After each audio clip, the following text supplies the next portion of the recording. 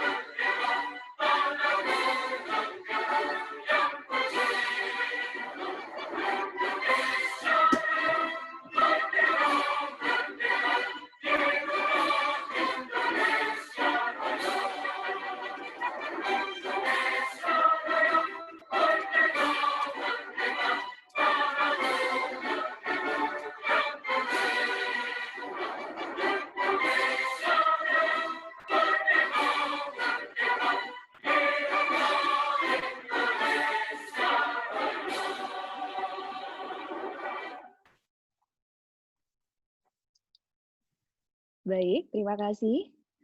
Bapak Ibu hadirin yang kami hormati, selanjutnya kami mengundang dengan hormat Bapak Peri Warjio PhD, Gubernur Bank Indonesia yang juga merupakan Ketua Umum Keluarga Alumni Fakultas Ekonomika dan Bisnis Universitas Gadjah Mada, KV Gama, untuk menyampaikan keynote speech. Baik Pak Peri, selamat pagi. Selamat pagi Mbak Indria, terima kasih. Kami persilahkan Bapak untuk menyampaikan keynote speech. Terima kasih. Bismillahirrahmanirrahim. Assalamualaikum warahmatullahi wabarakatuh. Waalaikumsalam.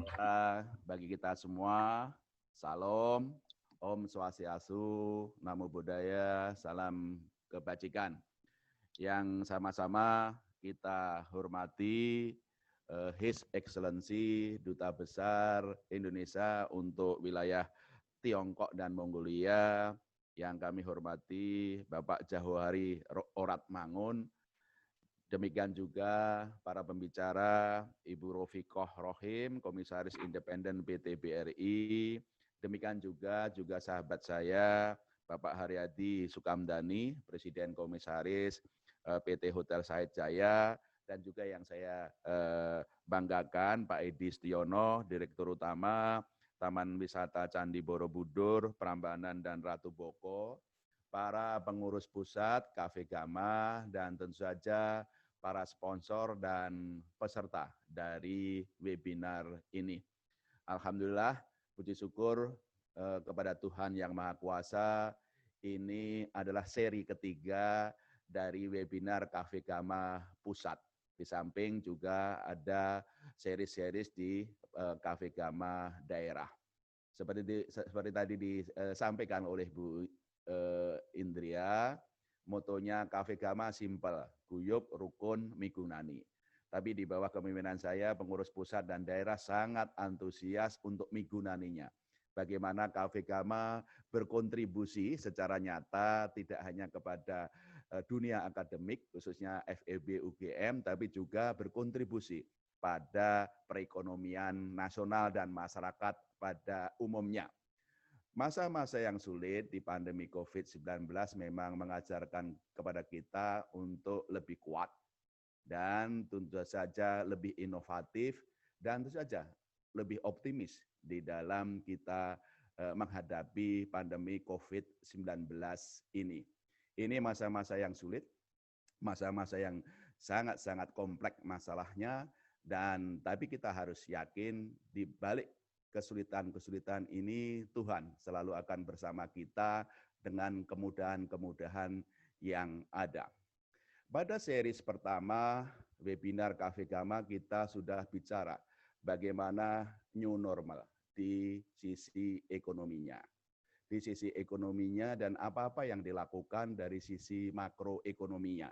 Di webinar yang satu, kita sudah membicarakan bahwa pandemi COVID-19 yang memang sangat-sangat luar biasa, extraordinary, menyebabkan mobilitas manusia itu menjadi sangat terbatas, ekonomi, aktivitas ekonomi, dunia usaha termasuk UMKM juga sangat terbatas, dan juga harus kita mitigasi risikonya ke sektor keuangan.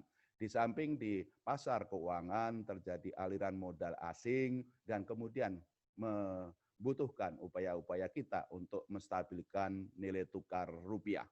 Tapi di dalam webinar satu kita juga bicara bahwa keberhasilan kita untuk menghadapi pandemi COVID dari sisi ekonomi adalah sinergi, gotong royong, gotong royong, gotong royong.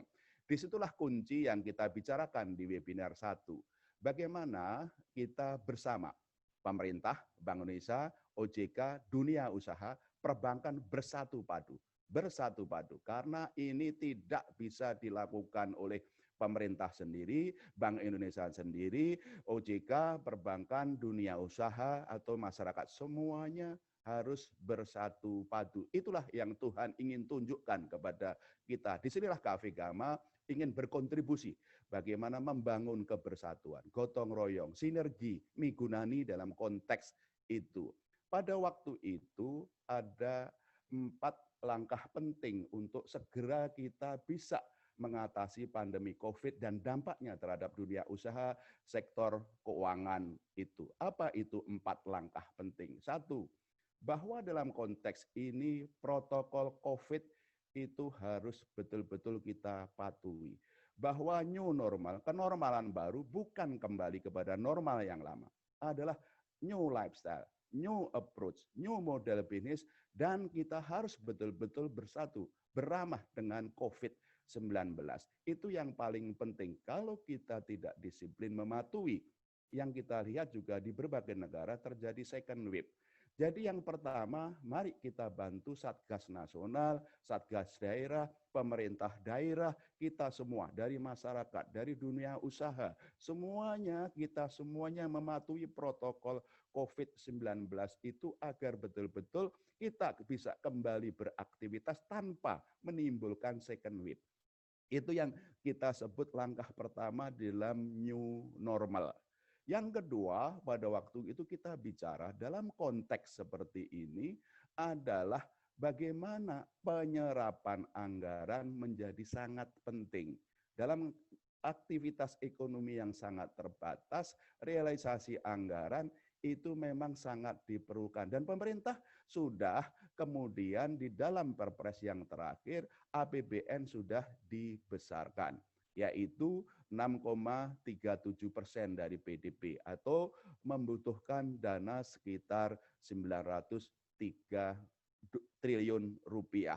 Disinilah Bank Indonesia juga siap dan berkomitmen, dan kita sudah mencapai kesepakatan dengan pemerintah untuk mendanai sebagian dari biaya penanganan COVID, 397 triliun untuk kesehatan, untuk jaminan sosial, untuk pelayanan umum, dananya dari Bank Indonesia dengan pemberian SPN langsung, dan juga bebannya dari Bank Indonesia. Di samping itu juga Bank Indonesia juga berkomitmen juga bersama bersinergi dengan pemerintah untuk juga berbagi beban, untuk memulihkan UMKM kita dan korporasi kita. Dalam konteks seperti itu, itulah gotong royong sinergi yang kita bangun dari sinergi fiskal dan moneter yang sangat kuat, sehingga pemerintah bisa fokus untuk mempercepat realisasi anggaran. Apakah untuk kesehatan, untuk jaminan sosial, untuk pelayanan umum, untuk kemudian meningkatkan UMKM, korporasi, bahkan juga insentif-insentif usaha yang lain. Disitulah langkah kedua yang kita lakukan, dan itulah waktu-waktu yang Bu Menteri sama saya terus kemudian mengupayakan agar realisasi anggaran bisa lebih cepat, dan Bank Indonesia komitmen untuk berbagi beban, membiayai sebagian, dan juga berbagi beban untuk biayanya.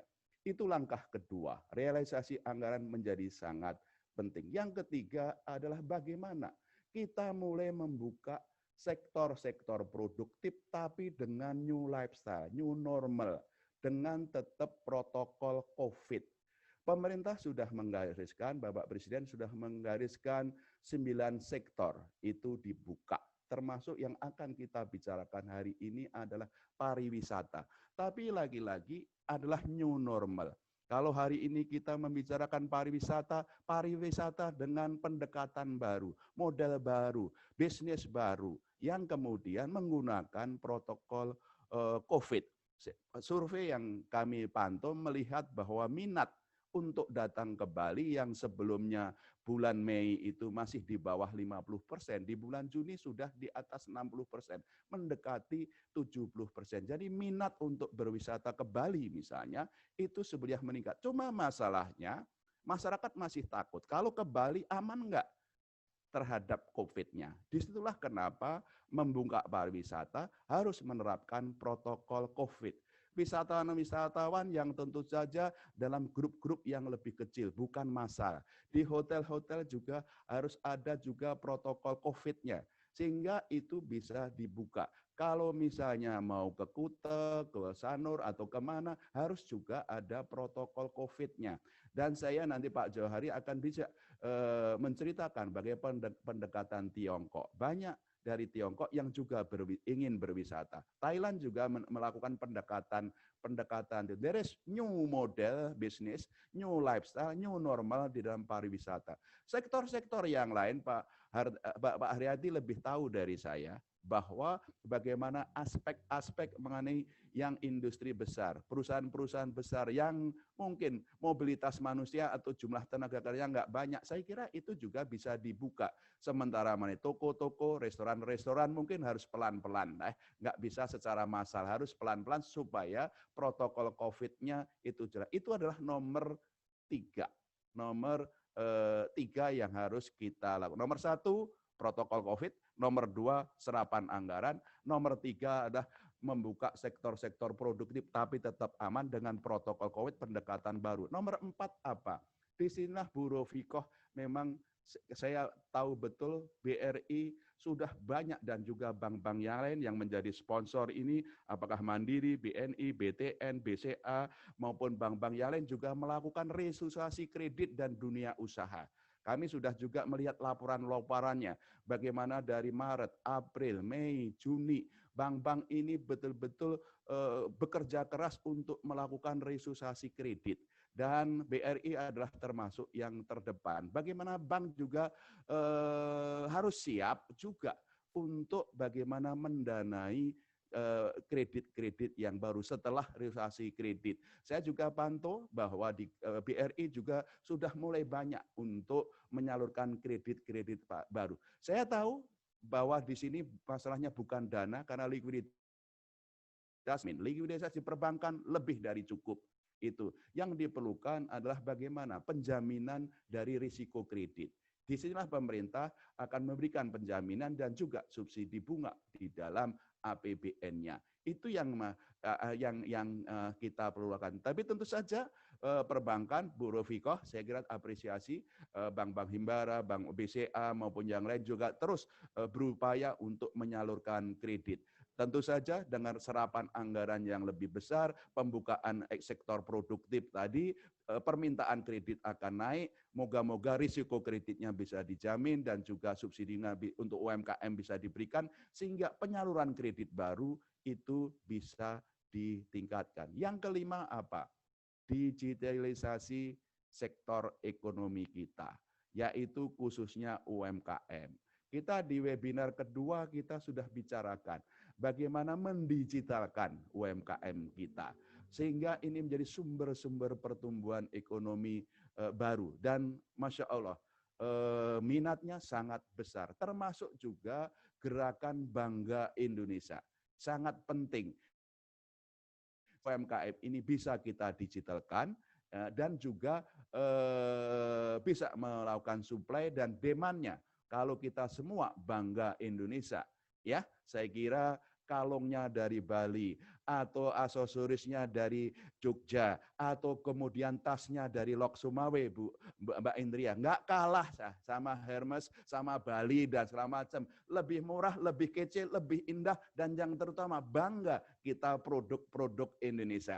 Bank Indonesia banyak sekali membina UMKM, termasuk baju batik yang saya pakai ini dari Endeh, dari Bali, kesukaan saya juga, dan saya juga punya koleksi yang saya beli dari produk-produk UMKM unggulan, dan kemana-mana kalau acara penting itu saya tampilkan. Saya bangga terhadap UMKM kita, khususnya UMKM binaan Indonesia. Dan digitalisasi kita sudah lakukan QR Indonesian Standard. Terima kasih kepada perbankan, asosiasi sistem pembayaran, juga Pemda-Pemda, elektronikasi transaksi Pemda. Ini era baru, normal baru adalah digital. Termasuk tentu saja nanti di pariwisata kita digitalkan seperti apa. Jadi saya kira itu 5 langkah penting. Sekali lagi, pandemi COVID memang challenging, kompleks. Tapi Tuhan selalu bersama kita. Di dalam setiap kesulitan, kemudahan. What 5 things that we have to do? 1, mari kita terus protokol COVID itu kita patuhi supaya kita tetap aman. Yang kedua, serapan anggaran. Itu kita bersinergi, Bank Indonesia bersinergi dengan pemerintah untuk mempercepat serapan anggaran. Nomor 3, buka sektor ekonomi dengan protokol COVID, sektor-sektor yang memang aman kita mulai buka, termasuk pariwisata.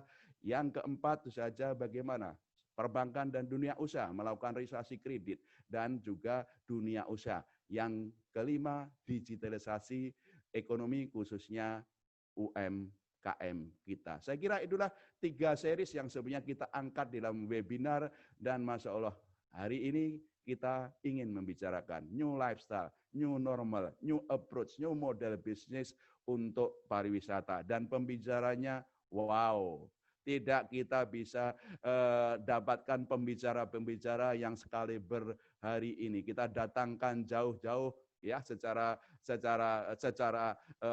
membanggakan Bapak Dubes Republik Indonesia untuk Tiongkok dan Mongolia. Terima kasih Kakang Mas, Kakanda, Pak Zauri, Pak Dubes Johari, Masya Allah, terima kasih. Dan juga Mbak Opik, ya Mbak Opik, Mbak Opik juga sahabat saya, komisaris independen di BRI yang bisa menceritakan bagaimana dunia kredit dan dunia usaha, dan juga sahabat saya Mas Hari, ya Mas Haryadi Sukamdani, ya sudah lama kita nggak kongko-kongko, ya yang beliau sudah tahu nanti di pariwisata, di perhotelan, dan moderatornya Masya Allah Kakang Mas saya dari Direktur Utama Taman Wisata Mas Edi. Monggo Bu Indria, ini adalah kebanggaan Cafe Gama, guyup rukun migunani. Selamat berwebinar. Terima kasih. Wassalamualaikum warahmatullahi wabarakatuh.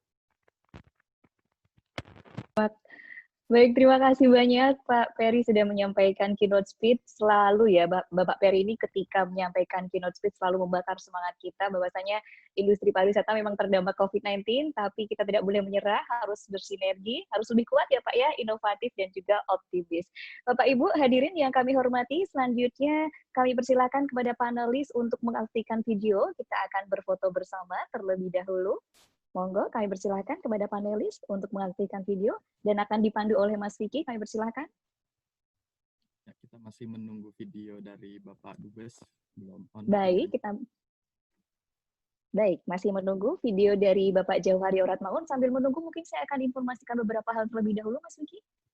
Ya, silakan Mbak Indri.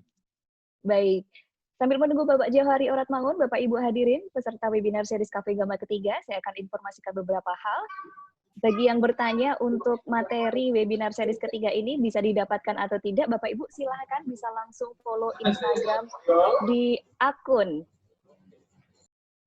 @cafegama.official. Baik, Bapak Jauhari sudah bergabung bersama kita di sini. Silakan, kita akan berfoto bersama terlebih dahulu. Selamat pagi, Pak Dubes. Baik. Saya hitung 3 ya. Baik. Kita foto bersama dulu. 1, 2, 3. Sekali lagi, 1, 2. Siap. Terima kasih Mbak Indri. Baik, silakan. Terima kasih Mas Vicky sudah memandu Pak sesi Dubes, foto Pak bersama. Jo, Mbak Opik, ya, Mas Hari, Mas Edi, kawan-kawan semuanya, Bu Hendri, Mas Dodit, Edwin, semuanya, Mas Pur, Vicky, dan kawan-kawan, Masya Allah, webinar Cafe Gama betul-betul membanggakan. Terima kasih. Terima kasih Pak Ketua.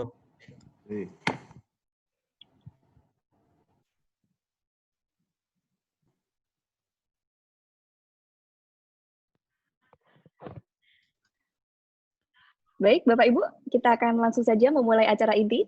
Dan selanjutnya, Bapak Ibu, saya akan perkenalkan terlebih dahulu. Tadi juga sudah diperkenalkan oleh Bapak Peri, bahwasanya moderator kita ini sangat membanggakan. Bapak Ibu yang akan memandu webinar series ketiga Cafe Gama dengan tema The New Normal on Tourism Industry Accelerating and Recovery akan dipandu oleh Bapak Edi Setiono, selaku Direktur Utama PT Taman Wisata Candi Borobudur Prambanan dan Ratu Boko Persero. Beliau juga pemilik PT Asli Dagadu Jogja. Bapak Ibu yang berkunjung ke Jogja pasti tidak afdol ya kalau belum berkunjung ke Dagadu Jogja. Sebagai Chairman STIE Mitra Indonesia Yogyakarta, alumni UGM Yogyakarta, dan ini yang paling penting Bapak Ibu, alumni MMFEB UGM Yogyakarta. Akrab kita sapa dengan Pak Tio. Kita akan sapa langsung Pak Tio. Selamat pagi. Selamat pagi Mbak Indri. Apa Selamat kabar? pagi. Alhamdulillah saya pikir baik. Pak Tio akan pakai belangkon, karena kemarin saya lihat Pak Tio di ulang tahun TWC yang ke-40 pakai belangkon.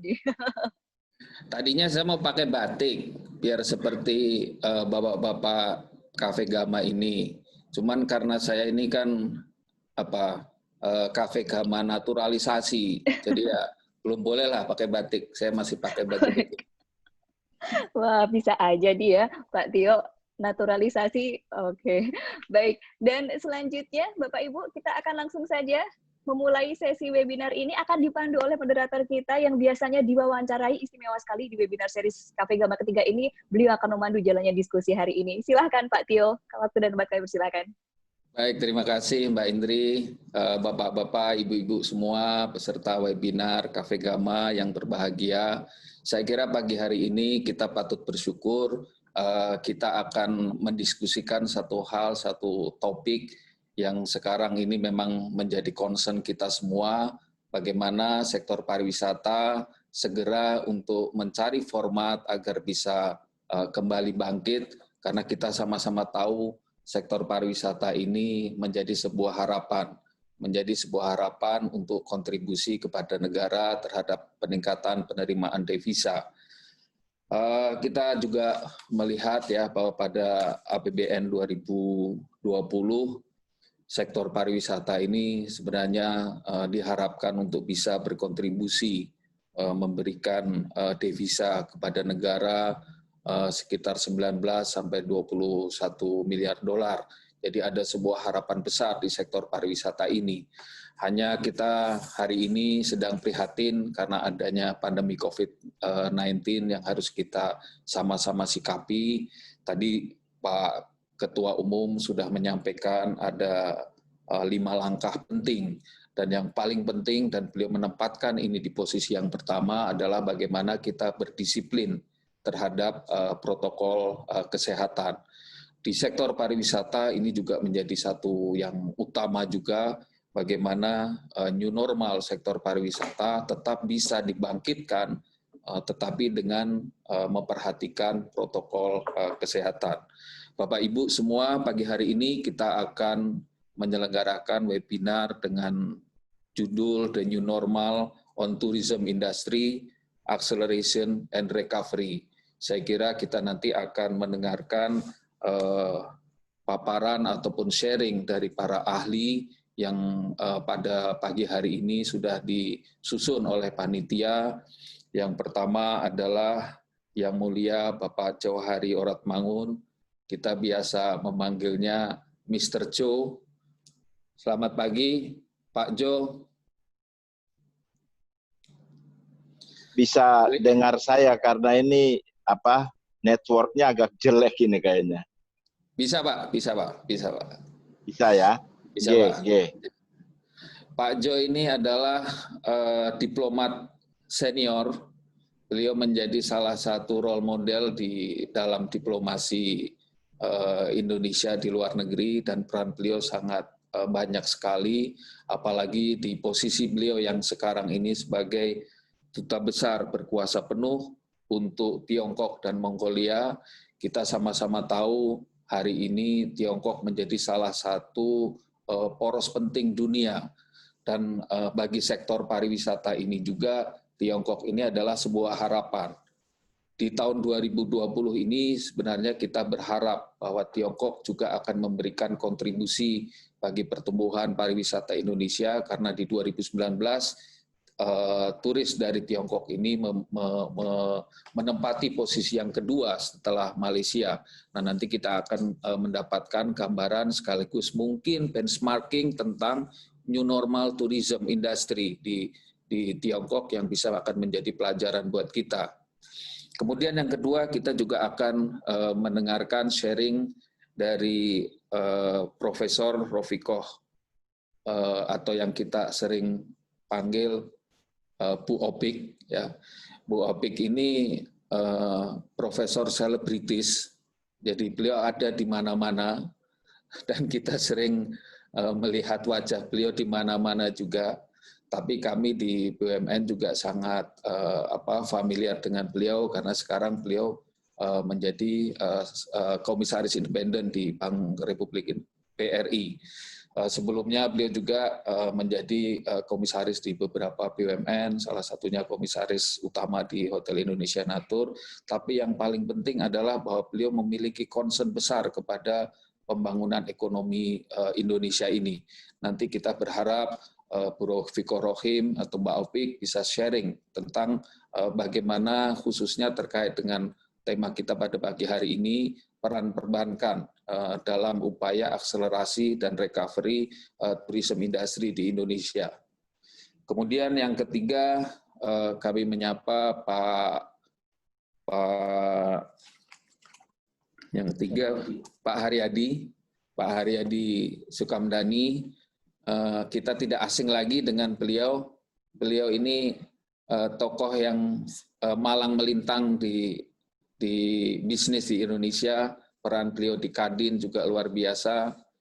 Pria yang hobinya golf, saya kira ini nanti akan banyak memberikan masukan kepada kita tentang sektor-sektor real yang akan secara bertahap ya memasuki new normal ini. Di dalamnya nanti salah satunya kami juga berharap Pak Haryadi bisa menyampaikan tentang bagaimana kesiapan sektor tourism, pelaku-pelaku industri pariwisata di Indonesia menghadapi new normal yang harus segera kita persiapkan. Saya kira itu beberapa pembicara yang akan kita berbagi di dalam acara kita pagi hari ini. Yang pertama kami akan mempersilahkan nanti kepada Yang Mulia Pak Jauhari Oratmangun untuk menyampaikan sharingnya kurang lebih 10 menit. Nanti dilanjutkan dengan Bu Rofiko Rohim juga 10 menit. Nanti dilanjutkan lagi dengan Pak Haryadi menyampaikan juga 10 menit. Nanti setelahnya kita akan masuk ke sesi diskusi. Kami persilahkan Yang Mulia Pak Dubes Jauhari Oratmangun untuk menyampaikan sharingnya.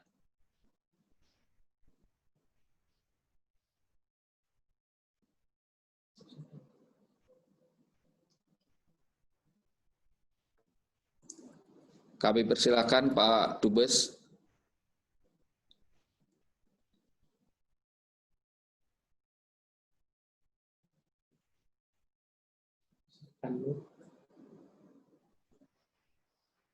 Halo, apakah sudah bisa dengar saya dengan jelas? Bisa Pak, bisa. Sudah Pak Jo. Silakan Pak Jo. Oke. Silakan Pak Jo. Iya, ini tadi. Oke, selamat pagi semua Pak Ketua. Itu masih di mute itu ya?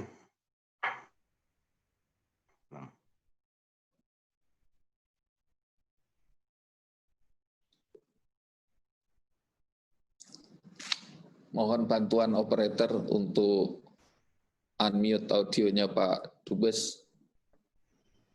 Sudah di-unmute ya? Bisa dengar ya? Bisa Pak, sudah Pak. Ampun Pak. Oke. Lanjut Pak. Ya, saya akan singkat saja. Terima kasih Pak Ketua, Bu Sekjen, dan moderator, para pembicara. Pertama, saya ingin sampaikan bahwa, mohon maaf ini internetnya agak on and off. Di apartemen saya nggak tahu kenapa. Bahwa pariwisata di China sendiri sudah mulai menggeliat lagi, sudah mulai dibuka lagi.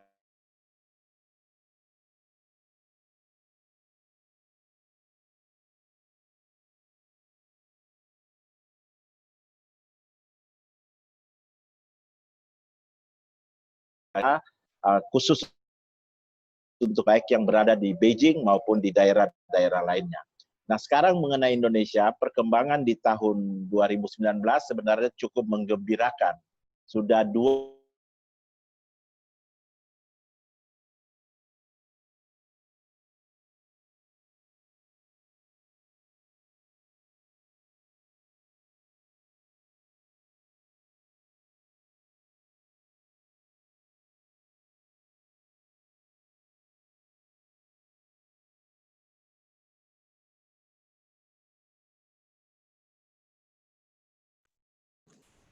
Rupanya ada sedikit kendala teknis. Iya, ini saya udah masuk lagi nih. Saya langsung aja. Jadi, ya kemudian itu tahun lalu sudah banyak yang datang ke Indonesia, namun kemudian karena adanya COVID itu di kuartal pertama sangat minim. Yang saya ingin sampaikan adalah bahwa ternyata hashtag Visit Bali yang kita buat di Weibo di Tiongkok itu mengundang banyak diskusi.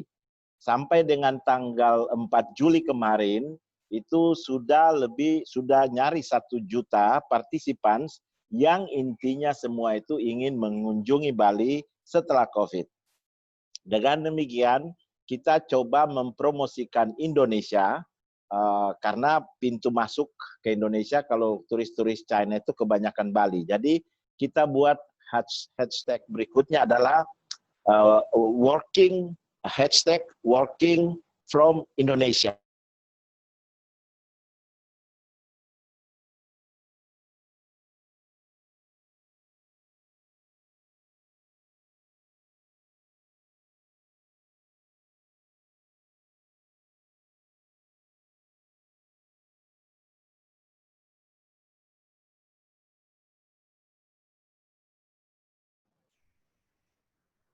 Karena memang minat untuk ke Indonesia itu masih sangat signifikan di Tiongkok. Halo? Iya.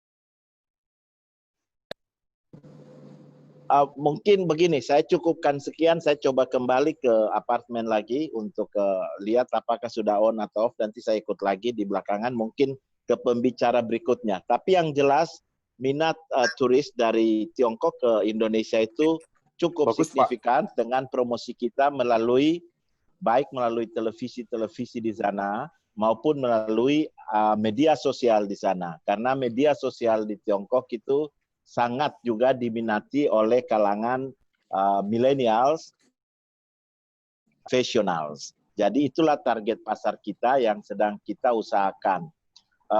Tentunya ada norma-norma baru yang harus kita ikuti begitu COVID ini selesai. Misalnya untuk working from Indonesia atau working from Yogyakarta, working from Borobudur, working from Bali, infrastruktur internetnya harus baik dan benar misalnya, karena itu akan digunakan oleh mereka juga untuk bekerja. Jangan seperti saya ini di Jakarta pun internet on and off. Jadi ya begitu ya, mungkin antara lain seperti itu. Infrastruktur telekomunikasinya, padahal saya berada di tengah kota Jakarta, and yet pakai HP pun internet connectionnya itu minim begitu ya. Jadi mungkin hal-hal seperti ini yang perlu kita perhatikan. Mungkin nanti saya masuk saja ditanya jawab lagi, bisa pembicara berikutnya sambil saya coba fix internet saya di apartemen, saya coba hubungi manajemennya. Mungkin begitu, tapi terima kasih lagi atas kesempatan yang diberikan. Dan satu, bahwa hashtag visit Indonesia atau berkunjung ke Indonesia, ke turistik area di Indonesia, itu menjadi satu trending topic discussion di media sosial di Tiongkok, khususnya di Weibo. Memang sengaja kita masukkan informasi-informasi terus ke sana. Sekian dan terima kasih. Wassalamualaikum warahmatullahi wabarakatuh. Waalaikumsalam warahmatullahi wabarakatuh. Satu yang sangat menarik ya, gagasan dari Pak Jo ini, karena memang beliau ini sangat kreatif sekali ya, dari dulu sangat dikenal terkait dengan adanya hashtag baru, hashtag Walking from Indonesia. Saya kira ini juga akan bisa diinspirasi nanti untuk beberapa destinasi-destinasi yang secara spesifik bisa kita komunikasikan. Selanjutnya kami akan mempersilahkan Ibu Rofiko Rohim atau Mbak Opik untuk menyampaikan sharingnya. Waktunya kurang lebih 20 menit. Kami persilakan. Terima kasih Pak Moderator, Pak Edi, Direktur Utama TWC. Selamat pagi untuk Pak Peri dan Bapak Ibu sekalian, pengurus maupun senior-senior yang ada di Kagama. Terima kasih atas kesempatan yang diberikan. Kebetulan saya sebelumnya karena berada di perusahaan pariwisata, jadi concern saya terhadap pariwisata ini sampai sekarang masih mengemuka, dan saya meyakini industri pariwisata ini industri yang bisa melibatkan banyak manusia dan juga paling cepat mendatangkan pundi-pundi baik devisa maupun juga untuk dalam negeri. Bapak Ibu sekalian bisa lihat halaman 3, halaman 2 dulu Mas sebelumnya. Kita lihat Bapak Ibu sekalian, ini data yang saya kumpulkan oleh BRI, bahwa karena kami juga memiliki fokus kepada pembiayaan di sektor pariwisata, bahwa kami meyakini bahwa pariwisata internasional memang terus mengalami ekspansi dan kami guncangan, termasuk juga pariwisata nasional. Kita lihat bahwasannya kondisi ini menunjukkan sektor pariwisata memiliki kekuatan dan ketahanan yang memberi manfaat kepada kawasan dunia. Tetapi kita ketahui COVID-19 ini kemungkinan akan berbeda dengan krisis. Kita ada SARS dan kita ada yang lainnya. Mas. Nah, Bapak Ibu lihat datanya di sini, bahwasannya setelah krisis ekonomi global, lapangan kerja di semua sektor itu tumbuh 11%. 2010 sampai 2018 di datanya. Ternyata pertumbuhan lapangan kerja di sektor pariwisata, terutama akomodasi dan makanan, tumbuhnya 35%. Nah, dari data ini dapat kita lihat penyerapan tenaga kerja, baik itu di tingkat dunia, baik itu di Eropa, Afrika, Asia, Pasifik, Middle East maupun Amerika sendiri, penyerapan terbesar industri tenaga kerja adalah di sektor pariwisata, terutama akomodasi dan layanan. Meningkatnya 3 kali lipat dibandingkan total sektor tenaga kerja yang ada di dunia. Berikutnya, Bapak Ibu, nah pertanyaannya lalu bagaimana dengan adanya COVID-19 ini?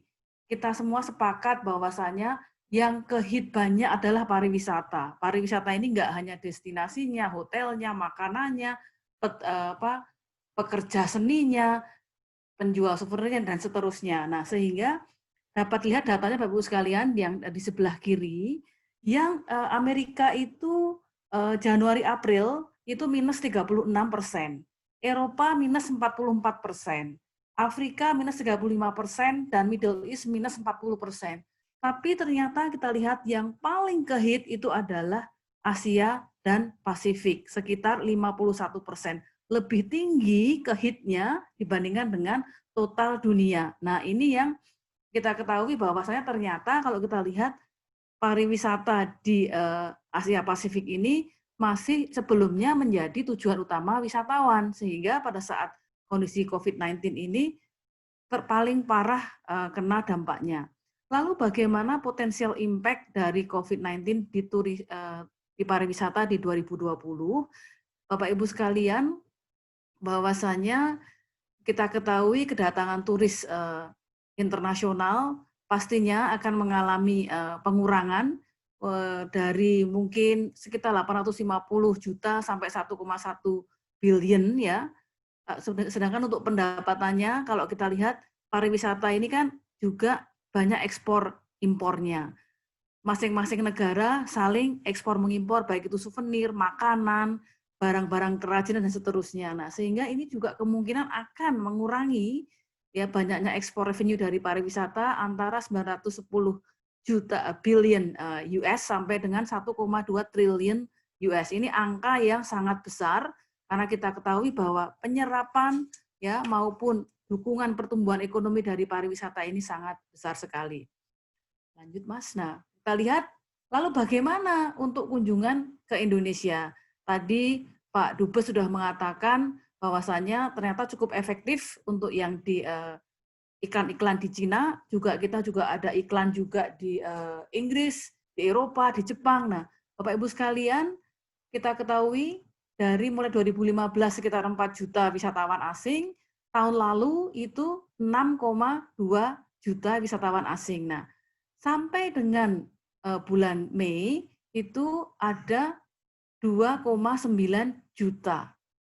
Periode yang sama tahun sebelumnya itu 6,3 juta. Berarti ada penurunan lebih dari 50% kedatangan turis internasional. Di mana turis internasional ini yang tadi Pak Tio sebutkan, kita aja tahun lalu bisa menyumbang lebih dari 20% total cadangan devisa kita. Nah, ini kan menurut saya kita semua harus concern karena pariwisata ini paling mudah untuk mendatangkan devisa. Tentu saja kita ketahui cadangan devisa ini juga menjadi sorotan para investor karena menunjukkan kemampuan suatu negara untuk memenuhi kebutuhan impornya selama 3 bulan ke depan atau untuk memenuhi kebutuhan impor dan cicilan utang selama 3 bulan ke depan. Jadi sebenarnya sektor ini juga pahlawan devisa, terutama untuk melihat kekuatan ekonomi Indonesia selama untuk bulan-bulan ke depan, untuk memenuhi kewajibannya. Nah, kemudian kita lihat, Bapak Ibu sekalian, sektor-sektor lainnya, pergerakan di pariwisata drop hampir 80%, karena orang tidak naik kereta, orang tidak menginap, kemudian tidak menggunakan kapal, tidak menggunakan pesawat, baik itu domestik maupun logistik. Jadi kita lihat Bapak Ibu sekalian, yang paling besar dropnya adalah penerbangan internasional, kemudian penerbangan domestik, kemudian angkatan laut, kemudian kereta api, dan juga tingkat hunian kamar hotel. Nanti hotel mungkin Pak Haryadi yang akan lebih dalam lagi untuk membahasnya. Nah, lalu apakah kita terus harus bersedih terus? Nah, ini Bapak Ibu sekalian, di slide berikutnya, sebenarnya kita ketahui sebelum COVID-19, Presiden sudah menegaskan bahwa kita akan memeras dari 10 destinasi wisata menjadi 5 destinasi pariwisata super prioritas. Disebut super prioritas karena ini adalah hub-hub ya atau tempat-tempat wisata yang nantinya dikembangkan tidak kalah dengan kunjungan wisata secara internasional yang di negara-negara lainnya. Dipilihlah ditetapkan 5 dalam ratas, yaitu Danau Toba. Danau Toba kita ketahui adalah danau yang terbesar kalau untuk danau vulkanik ya di dunia. Dan Bapak Ibu sekalian, di sekitar Danau Toba ini banyak sekali tempat-tempat pertama di dunia yang mungkin Bapak Ibu nggak tahu ya. Mungkin Bapak Ibu mesti ke Barus. Barus itu 6 jam dari Danau Toba. Itu tempat ditemukannya kapur barus yang pertama kali, bahkan yang digunakan untuk Firaun, untuk mengremasi jenazahnya. Kemudian di Tarutung itu ada pemandian air mata air rasanya soda. Saya sudah ke sana itu, rasanya soda ya. Ya Bapak Ibu sekalian. Ya, kemudian juga sekarang ini UNESCO sudah menetapkan Danau Toba sebagai kawasan wisata, kawasan budaya. Nah, Bapak Ibu sekalian, pemandian air soda itu juga hanya ada 2 di dunia, ada di Tarutung dan ada di Venezuela. Nah, kita jauh-jauh ke Venezuela padahal kita juga punya. Lalu Borobudur. Nah, Borobudur Bapak Ibu sekalian, sebagaimana kita ketahui, kalau kita bicara Borobudur, tidak Borobudur itself, tapi dari Karimun Jawa sampai dengan Pacitan. Di situ candi juga banyak, danau, sejarah, dan seterusnya, termasuk Prambanan, Bokor, dan seterusnya. Nah, Borobudur ini yang kita harus pahami, memang magnetnya di Borobudur, tapi ini akan dikembangkan dari mulai Karimun Jawa sampai Bapak Ibu kalau pernah ke Pacitan itu pantainya amat sangat cantik, seperti kalau Bapak Ibu di Florida seperti itu. Nah, ini yang akan ditawarkan kepada turis internasional. Kemudian Mandalika. Nah, Mandalika ini spesial ini karena ini adalah tempat khusus yang dikembangkan menjadi tujuan wisata baru, di mana ini overwhelming dari Bali supaya bisa melimpah ke Lombok. Nah, Mandalika ini juga tidak kalah cantiknya, baik itu pantai maupun budayanya, juga ada suku Sasak, dan ini unik karena ternyata selalu memenangkan turisme halal dunia. Tidak hanya turisme halal, termasuk juga priwet halal dunia. Nah, ini yang kadang-kadang Bapak Ibu kita yang lokal ini kadang-kadang nggak paham, kenapa sih orang pada ke sana, orang Malaysia, karena memang mereka meyakini bahwasanya Mandalika ini adalah turisme yang sudah mempraktekkan secara halal. Nah, Mandalika Bapak Ibu sekalian, tahun depan akan menjadi menghelat MotoGP. Makanya kita semua berdoa semoga akhir tahun ini, kalau secepatnya COVID sudah habis, sehingga tahun depan akan menjadi opening untuk pertama kali MotoGP yang live. Nah, ini juga Bapak Ibu bisa bayangkan, jalannya di Mandalika itu sudah dikembangkan seperti halus sekali Pak, seperti untuk kegiatan MotoGP kalau Bapak Ibu ke Monaco, ke Sepang dan lain sebagainya. Nah, di mana Mandalika ini pembangunannya juga tidak ditinggalkan oleh Kementerian PUPR. Pak Insinyur Basuki mengatakan bahwasanya justru pada saat COVID ini PUPR mengembangkan paket kerja cepat dibayar untuk membangun infrastruktur, tidak hanya di Mandalika tetapi juga di Borobudur. Kalau Borobudur membangun jalan setapak untuk pejalan kaki dan untuk sepeda, dan mulai mengembangkan jembatan-jembatan di sekitar Borobudur supaya orang bisa jalan kaki, pilgrim, dan ini permintaannya banyak, pilgrim, jalan kaki. Kalau orang Indonesia memang males, tapi ternyata banyak sekali kaum Buddhis yang menyukai destinasi ini. Mandalika juga yang sama, nantinya itu Bapak Ibu sekalian, sekali MotoGP, kedatangannya itu kan bisa ratusan ribu sampai 1 juta orang. Hotel di sana jarang sekali. Nah, oleh karena itu saya sangat appreciate dengan programnya Menteri PUPR, mereka membangun padat karya supaya tetap pada bekerja, diajari untuk membangun bedah rumah. Ada sekitar 1.500 rumah yang dibedah, nantinya bisa untuk homestay. Bagi orang-orang, kalau yang kaya tinggal di hotel, kalau anak muda yang senang aventurir nanti di kemah-kemah, tenda-tenda, kalau yang senang bergaul dengan masyarakatnya, budayanya, mereka bisa tinggal di 1.500 yang telah dibedah yang nantinya disiapkan untuk MotoGP. Kemudian Labuan Bajo, Bapak Ibu sekalian.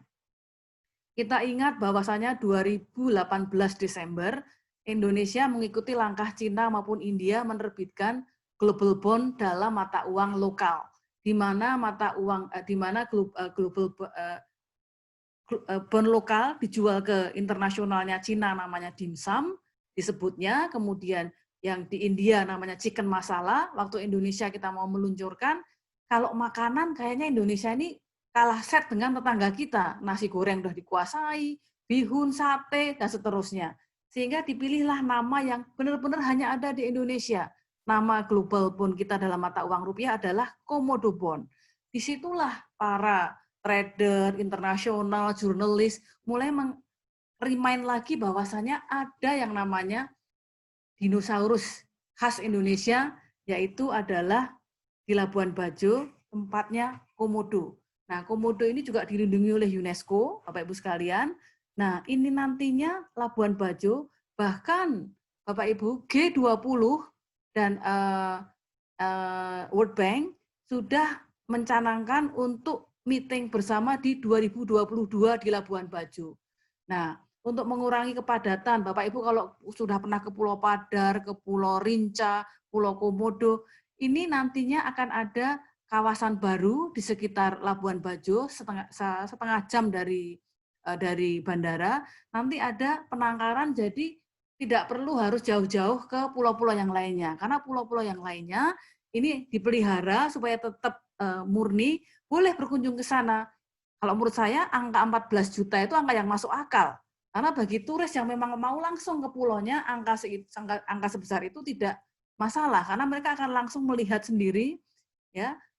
Kalau yang nggak mampu, nggak mau, ya bisa ke Labuan Bajonya. Nah, sayangnya, saya lihat terakhir, belum dikembangkan mengenai oleh-oleh khasnya sana. Masih berupa tenun. Nah, ini perlu nanti teman-teman alumni Gajah Mada, atau mungkin UGM, KKN ke sana untuk mendidik mereka, supaya mereka punya kreativiti seperti orang-orang Jogja, yang apa aja bisa dibikin souvenir untuk oleh-oleh, bisa pulang dari sana. Tidak hanya makanan, tapi juga barang. Karena misalnya apa? Di sana itu ada kayu putih, di sana itu ada kemiri, di sana itu ada berbagai hal. Bahkan jamur apa namanya, saya lupa, yang sangat mahal itu sekarang lagi dikembangkan di sana. BRI kebetulan kami semua mendukung ya untuk hal seperti ini, membina yang kecil-kecil. Bahkan Bapak Ibu sekalian, ATM Visa, devisa, ATM mata uang asing, itu ada di sana, itu hanya cukup menggunakan paspor, duitnya apapun, ada kembaliannya dan pas. Itu sudah BRI sudah pasang di Labuan Bajo. Nanti selanjutnya Bali dan seterusnya. Nah, kemudian yang terakhir adalah Likupang. Orang Likupang ini kok tiba-tiba ada sih di 5 destinasi super prioritas. Orang Indonesia belum paham, Bapak Ibu sekalian. Sana juga nih nanti kalau sudah COVID selesai kita piknik rame-rame. Bapak Ibu, Likupang ini adalah garis Wallace ya. Kalau kita dulu belajar geografi, ini kan garis tempat pertemuan antara hewan yang ada di sebelah timur dan di sebelah barat. Nah, hewannya sekarang sudah lompat, Bapak Ibu sekalian, udah migrasi. Tapi ini ada museumnya, ada tempatnya, yang kita bisa merasakan ternyata di garis itu ada sesuatu hal yang berbeda. Nah, ini selain sejarah dan juga geografi tadi, Likupang ini juga nggak kalah cantiknya dibandingkan dengan Hawaii kalau menurut saya, karena ada pulau-pulau kecil di sekitarnya. Bahkan Bapak Ibu, kalau belum lama ini membaca media, toilet yang dipersiapkan di sana itu sudah toilet internasional. Nah, sayangnya kedatangan terbesar itu masih dari lokal, dan terima kasih Pak Jo, karena ada penerbangan langsung dari Cina. Turis Cina sudah mulai banyak di sana, terakhir saya ke sana lewat Manado, dan juga turis-turis Eropa, karena memang tempatnya sangat spesial. Nah, lalu Bapak Ibu sekalian, karena di sini saya juga mewakili BRI juga, bagaimana sebenarnya bank-bank itu concern terhadap kredit pariwisata. Nah, kita lihat Bapak Ibu sekalian, BRI sendiri sudah menyalurkan 17,5 triliun kepada 347.000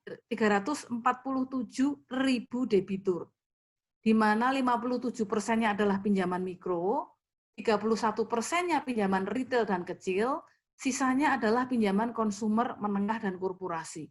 Jadi porsi terbesar adalah untuk pengusaha mikro. Siapa mereka, Bapak Ibu sekalian? Dari mulai pemilik warung, souvenir, sopir, yang punya kapal kecil, yang punya restoran kecil, punya homestay, bikin sarapan, dan seterusnya. Ini adalah mereka menjadi concern utama dari BRI untuk sektor mikro. Kemana saja, Bapak Ibu? 18% sektor makanan dan restoran, 14% ke hotel, melati, dan bintang. Tentu saja yang banyak dibantu oleh BRI adalah hotel melati. Karena yang bintang itu kadang-kadang Bapak Ibu sekalian kalau terlalu besar itu malah macet. Jadi BRI lebih senang untuk ngasih pinjaman ke yang kecil-kecil. Dan sisanya 68% berbagai bidang usaha, mulai dari travel, mulai dari penari, mulai dari pertunjukan. Nah, ini semua menjadi concern-nya BRI. Nah, berikutnya kita lihat, lalu apakah lancar sih pinjaman ke pariwisata?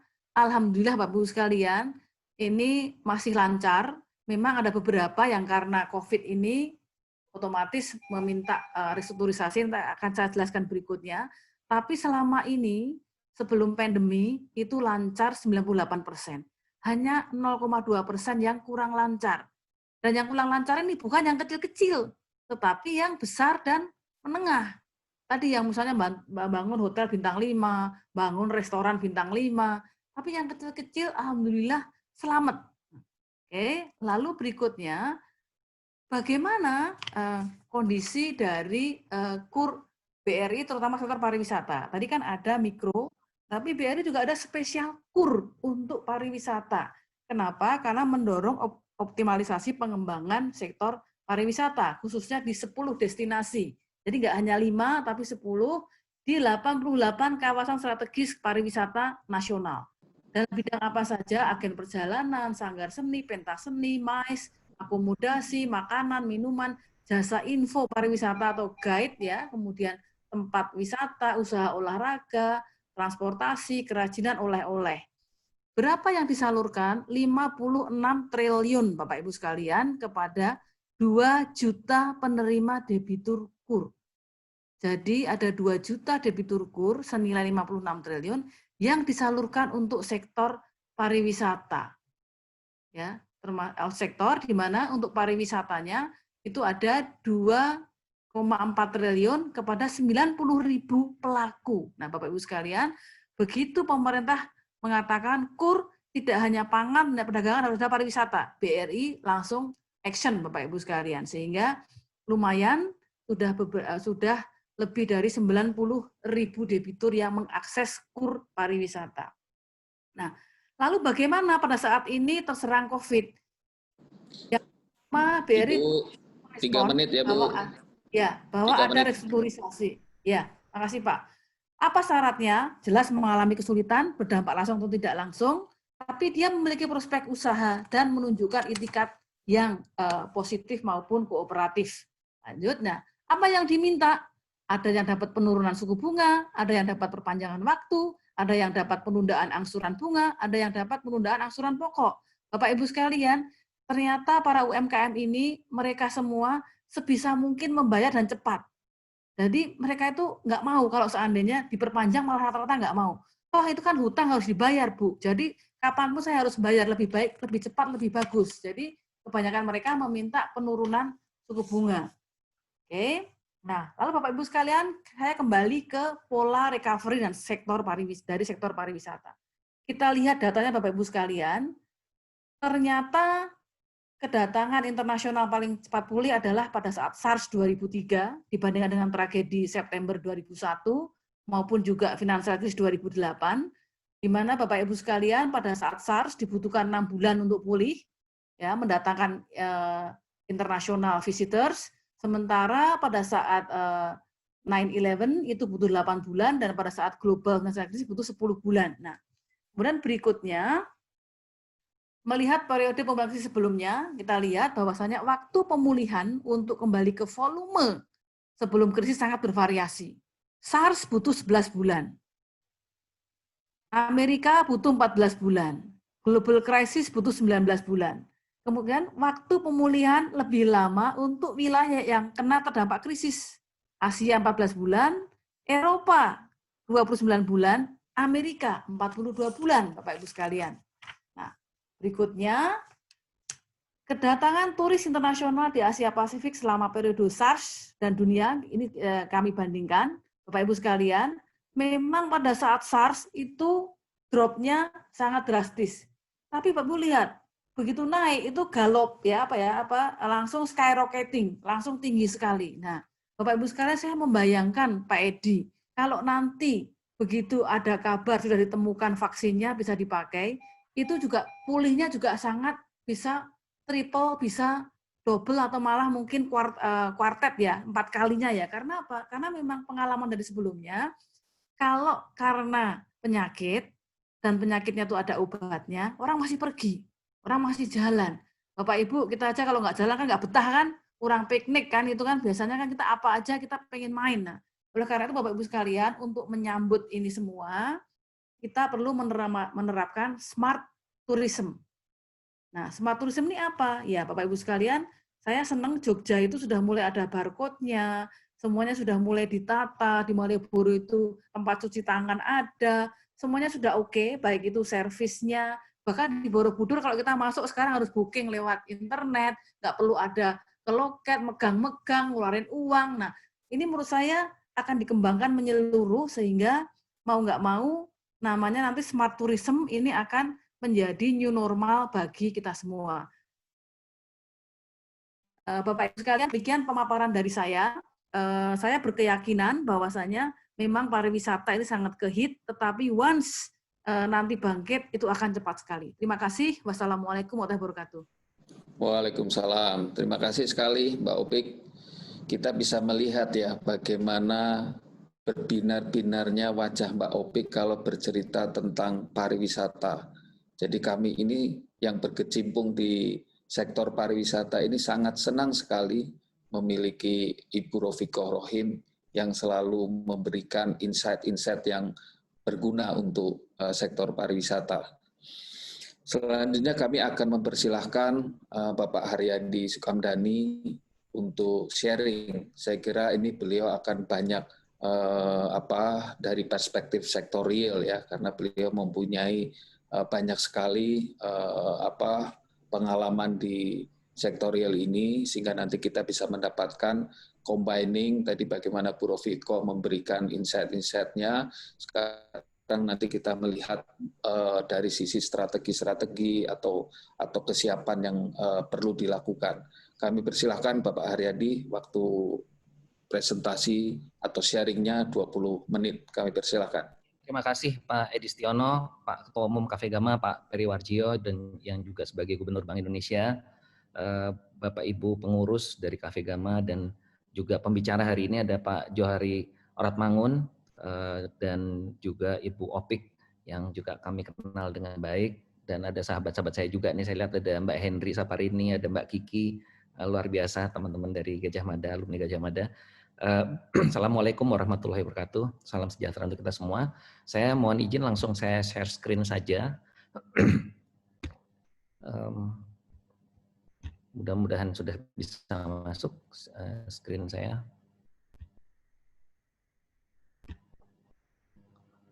Ya.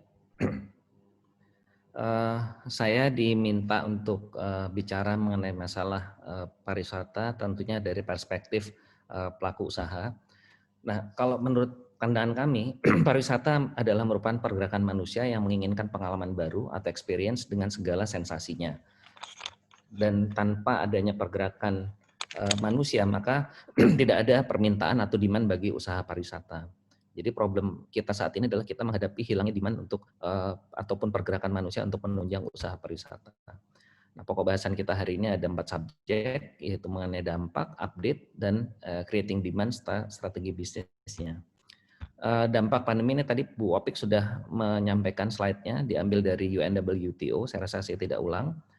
Saya langsung aja ke dampak di Indonesia. Jadi di Indonesia itu yang kami hitung, potensi devisa yang hilang antara Januari sampai dengan April itu udah $4 miliar. Kalau ke bulan Juli kami perkirakan ya.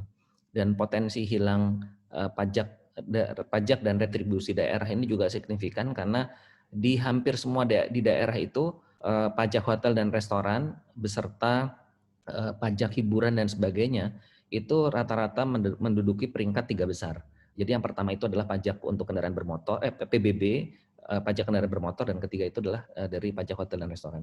Dan yang menyedihkan adalah dalam kurun waktu sampai dengan bulan Juni kemarin itu sudah lebih dari 2.000 hotel dan 8.000 restoran yang tutup.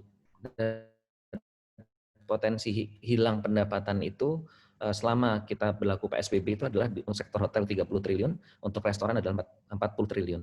Dan kerugian maskapai penerbangan adalah 812 juta dolar, dan kerugian tour operator sampai dengan bulan April kemarin 4 triliun. Ini masih counting terus, mungkin angkanya akan jauh lebih besar di bulan Juli nanti.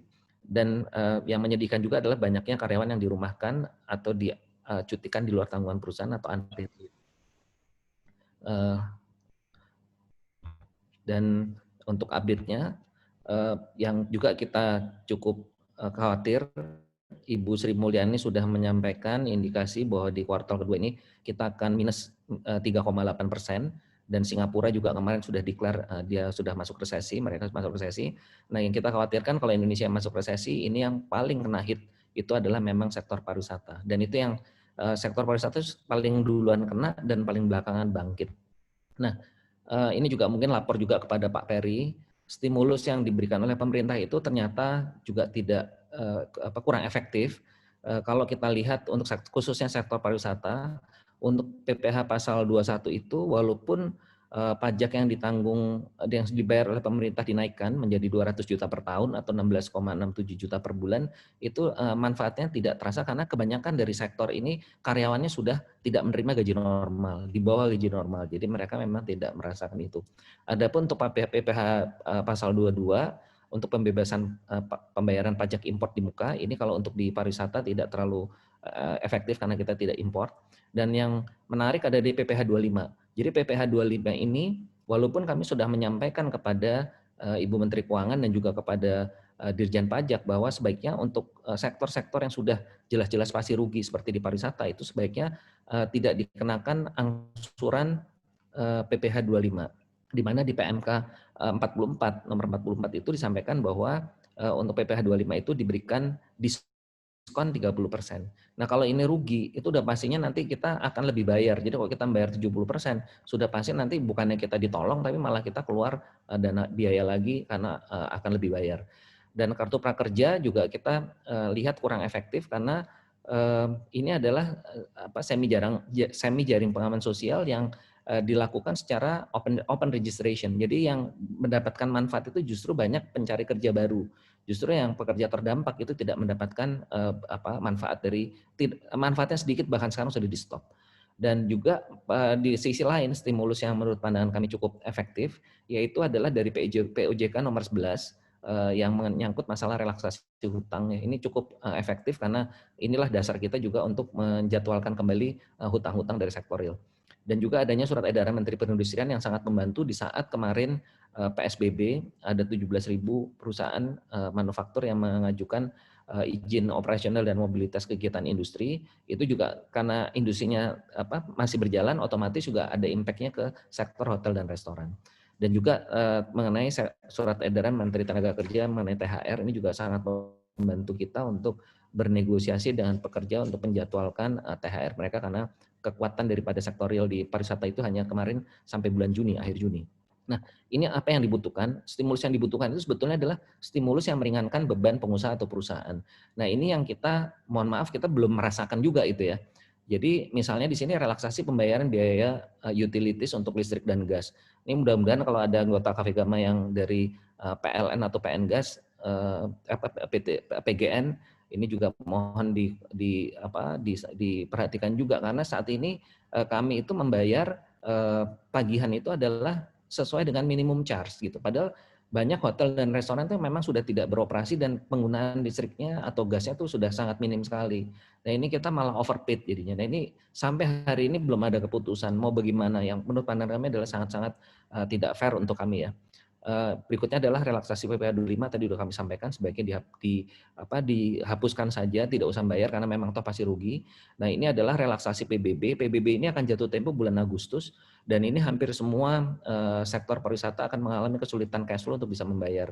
Ini juga kami usulkan untuk pemerintah daerah untuk juga sementara waktu membebaskan untuk tahun 2020 beserta juga pajak reklame ini, pajaknya daerah.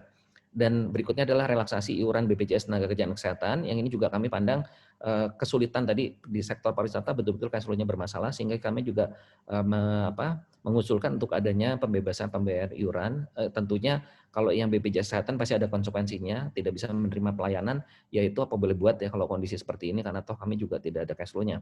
Dan berikutnya adalah penambahan modal kerja. Nah, penambahan modal kerja ini dengan catatan memang tergantung demand. Kalau demandnya ada tentu kita akan beroperasi dan kita membutuhkan modal kerja, karena saat ini di sektor pariwisata rata-rata yang tadi kami sampaikan sudah habis modal kerjanya di akhir bulan Juni yang lalu. Nah, yang berikutnya adalah bantuan langsung tunai bagi pekerja yang tidak bekerja selama pandemi. Nah, ini juga sangat penting karena tadi kami sampaikan di sektor pariwisata ini banyak sekali yang statusnya itu adalah unpaid leave. Jadi kalau unpaid leave itu mereka sama sekali tidak memiliki pendapatan. Yang tadinya di saat normal mereka itu menjadi tulang punggung pertumbuhan ekonomi, sekarang mereka menjadi miskin betul. Nah, ini yang juga perlu khusus bantuan langsung tunai untuk mereka. Dan selanjutnya adalah belanja operasional pemerintah seperti perjalanan dinas, akomodasi, penyewaan ruang pertemuan, dan lain-lain ini segera dilaksanakan. Dan berikutnya adalah keberadaan maskapai penerbangan dengan rute penerbangannya agar tetap dipertahankan sebagai penyedia konektivitas antar pulau. Ini perlu dijaga dan juga regulasinya mengenai COVID-nya sendiri juga perlu ditinjau kembali.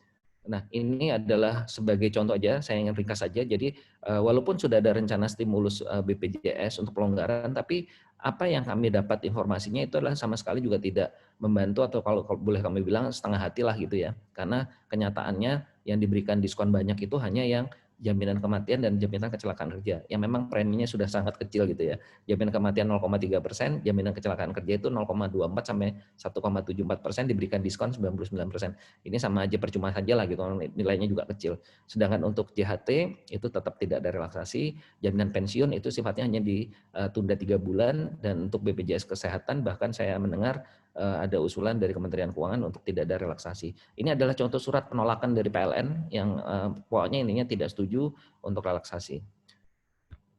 Nah, ini kondisi hotel Bapak Ibu sekalian update-nya. Jadi tingkat hunian di Jakarta itu 15%, Batam 3%, Bali 1%, Surabaya 10%, Makassar 6%, Jogja 10%, Semarang 5%, Medan 10%, dan Malang 15%. Jadi rata-rata ini di bawah 15%. Jadi bisa dibayangkan padahal mereka itu break even point-nya adalah kalau running dengan minimal antara 30 sampai 35% okupansi. Jadi ini sudah dipastikan semuanya pasti rugi semua.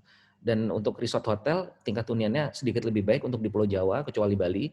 Bali itu boleh dibilang kalau kami tanya ke teman-teman di Bali, mereka lebih senangnya bilangnya declare 0% gitu. Tapi saya bilang ya nggak mungkin masa 0% gitu. Pasti ada sedikit lah. Tapi mereka benar-benar sangat suffering di Bali yang punya di saat normal tahun lalu wisatawan asingnya adalah 6,3 juta orang. Ya kondisinya kurang lebih seperti itu, saya tidak panjang lebar lagi. Restoran juga seperti itu, intinya mereka menghadapi kesulitan tentang demand-nya. Penerbangan ini sangat membuat terpukul, dan juga di samping juga biaya expenses pemerintah untuk belanja di akomodasi dan perjalanan dinas juga sangat berpengaruh. Nah, ini adalah simulasi kebutuhan modal kerja yang kami buat dari Perhimpunan Hotel dan Restoran Indonesia, yang kami sudah menghitung untuk 715.000 kamar dan 17.800 restoran itu kami membutuhkan untuk 6 bulan ke depan adalah 21,3 triliun. Ada bahan baku makanan, kami tidak hitung bahan baku makanan karena itu sangat. Nah, panduan umum ini sudah dilakukan sampai 3 pertama mengeluarkan versi tanggal 5 Maret, tanggal 1 Juni, dan tanggal 26 Juni. Nah, ini kami lakukan adalah dalam kaitan menyesuaikan juga perkembangan dari Kementerian Kesehatan. Nah, ini tren wisatawan Nusantara. Jadi Bapak Ibu sekalian, yang kita bisa harapkan ke depan dalam 2 tahun ke depan adalah wisatawan Nusantara. Kita tidak bisa terlalu berhadap banyak dengan internasional karena kenyataannya memang banyak sekali obstacle-nya. Nah, ini kalau kita lihat datanya semuanya ini menunjukkan yang apa? Yang barnya ini yang tinggi-tinggi ini adalah domestik semua.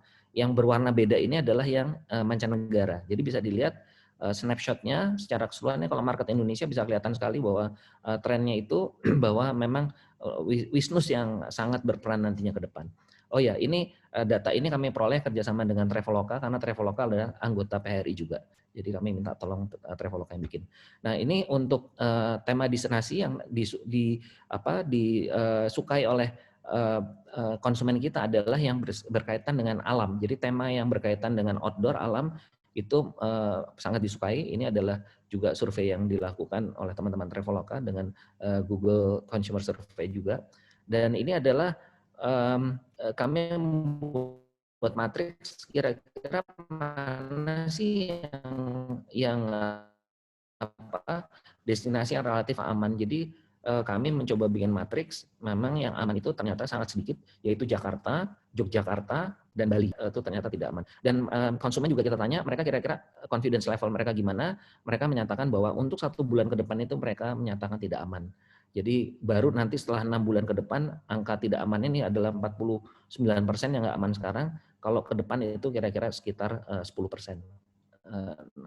Sekitar 6-12 bulan ke depan. Nah, penciptaan creating demand ini sangat penting juga Bapak Ibu sekalian. Jadi menurut pandangan kami turunnya permintaan atau demand ini adalah karena penanganan COVID kita ini tidak optimal dari awal. Kami belajar dari Thailand dan Vietnam yang memang mereka dari awal itu sudah benar ya menangani COVID-nya itu dengan sangat hati-hati sehingga mereka sekarang pada kondisi yang bisa tumbuh. Mungkin di Cina juga demikian, mungkin Pak Johari juga nanti bisa menjelaskan. Cina juga bisa rebound cepat karena penanganan di awalnya itu sangat baik ya. Nah, beda dengan kita yang mohon maaf petinggi-petinggi kita malah mendinai bahwa ada COVID, jadi akhirnya sekarang repot sendiri gitu ya. Dan yang faktor terjadinya penurunan demand ini juga karena regulasi pembatasan aktivitas masyarakat yang sampai hari ini masih berjalan karena tadi di poin pertamanya penanganan di awal kurang bagus. Dan menurunnya daya beli masyarakat otomatis terjadi karena pembatasan aktivitas langsung drop daya belinya dan adanya kekhawatiran masyarakat terhadap penyebaran COVID yang terus meningkat dan perubahan perilaku masyarakat. Nah, sekarang juga pertanyaannya adalah bagaimana permintaan itu akan mulai meningkat. Menurut pandangan kami adalah bila masyarakat sudah yakin bahwa penanganan COVID-19 ini dapat berjalan dengan baik. Nah, ini kita masih tanda tanya hari ini karena angkanya naik terus dan yang paling kita khawatirkan adalah OTG. Orang tanpa gejala itu terjadi di secapa Angkatan Darat 1.000 lebih kadetnya ternyata positif dan itu sudah di PCR ya. Jadi kita juga sangat hari-hari kita selalu khawatir terus. Jadi kalau tidak ada keyakinan dari masyarakat tentunya ini akan sulit dan berikutnya permintaan mulai akan meningkat bila adanya stimulus dari pemerintah yang efektif ya. Pemerintah harus mengambil peran. Dan sebetulnya juga ada permintaan lain yang bisa di-detect yaitu dengan olah data yang terkait dengan permintaan yang terdetek di internet, basis internet. Nah, jadi untuk creating demand itu sendiri menurut pandangan kami adalah pertama menciptakan rasa aman bagi masyarakat. Jadi testing, tracing, dan treatment ini harus jalan sesuai dengan arahan Presiden juga. Cuman problemnya ini sekarang adalah kalau testing tergantung anggaran, di tracingnya Bapak Ibu sekalian. Tracingnya ini kita punya aplikasi Peduli Lindungi, tapi yang jadi burden itu adalah masalah dari keamanan data. Apalagi kita tahu bahwa masyarakat juga masih diresahkan dengan datanya Tokopedia 90 juta data bisa dibobol dan kemarin ada kasusnya Denny Siregar dan sebagainya.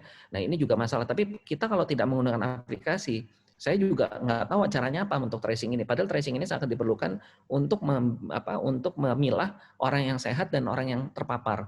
Orang yang terpapar itu harus diisolasi, nggak boleh keluyuran, dan yang sehat itu diharapkan bebas beraktivitas. Nah, ini tracingnya tidak jalan. Dan berikutnya adalah vaksin dan obat. Ini vaksin dan obat ini juga masih berproses. Banyak sekali informasi yang muncul ke masyarakat. Ada minyak kayu putih, ada rea dan sebagainya. Nah, ini kita berharap bahwa vaksin dan obat ini bisa segera ditemukan. Nah, creating demand berikutnya adalah stimulus pemerintah. Jadi bansos itu memang membantu dalam bentuk natura, tapi kami berharap kalau untuk creating demand itu adalah bantuan langsung tunai yang sifatnya adalah jaring pengaman sosial bagi masyarakat yang terdampak COVID-19.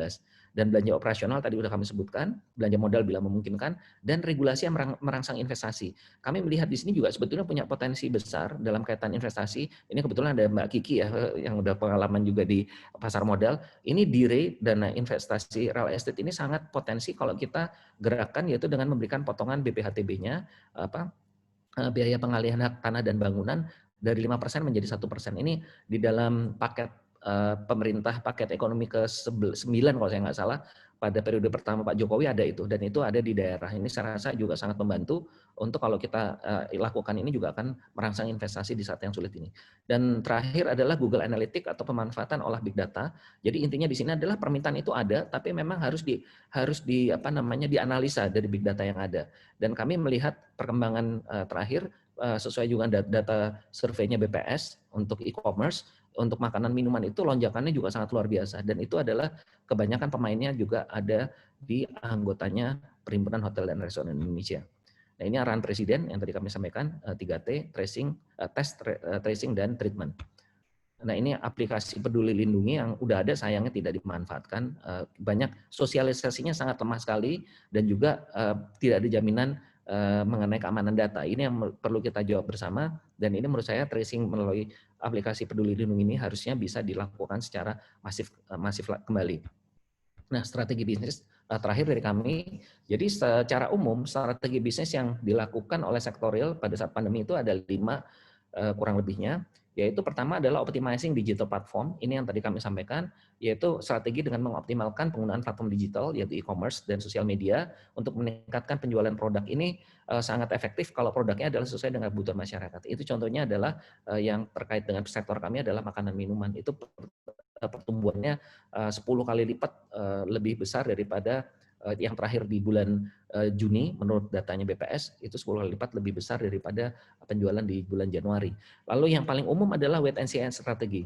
Ya pokoknya tunggu aja, lihat situasi, kalau demand-nya naik baru kita bergerak. Ini yang paling umum dilakukan oleh pelaku usaha sektor real, wait and see strategi. Nah, yang berikutnya adalah pivot business model. Ini intinya adalah mengubah model bisnis yang masih terkait dengan kemampuan mereka untuk mengenerate bisnis baru, membuat diversifikasi. Ya misalnya contohnya kalau di Amerika itu General Motors membuat ventilator, kalau di Indonesia Mustika Ratu bikin hand sanitizer dan sebagainya. Jadi membuat divisi baru. Nah, yang berikutnya adalah Blue Ocean strategi, yaitu menciptakan produk inovasi baru yang diperlukan masyarakat pada saat yang tepat. Ya ini contohnya, dan mereka create demand sendiri. Contohnya mini lab PCR, di mana sebelumnya PCR itu butuh waktu sampai lebih dari 3 hari. Sekarang sudah ada PCR yang hanya 1 jam. Nah, ini adalah salah satu Blue Ocean yang sekarang juga mulai marak untuk produk-produk kesehatan. Dan terakhir ada bundling products and fire sale. Ini kebanyakan teman-teman pariwisata yang melakukan, yaitu memadukan beberapa produk dalam satu paket dengan harga jual yang murah. Misalnya paket kamar dipaketkan dengan harga tiket pesawat ataupun juga produk tour. Demikian Bapak dan Ibu sekalian kami sampaikan. Terima kasih. Assalamualaikum warahmatullahi wabarakatuh.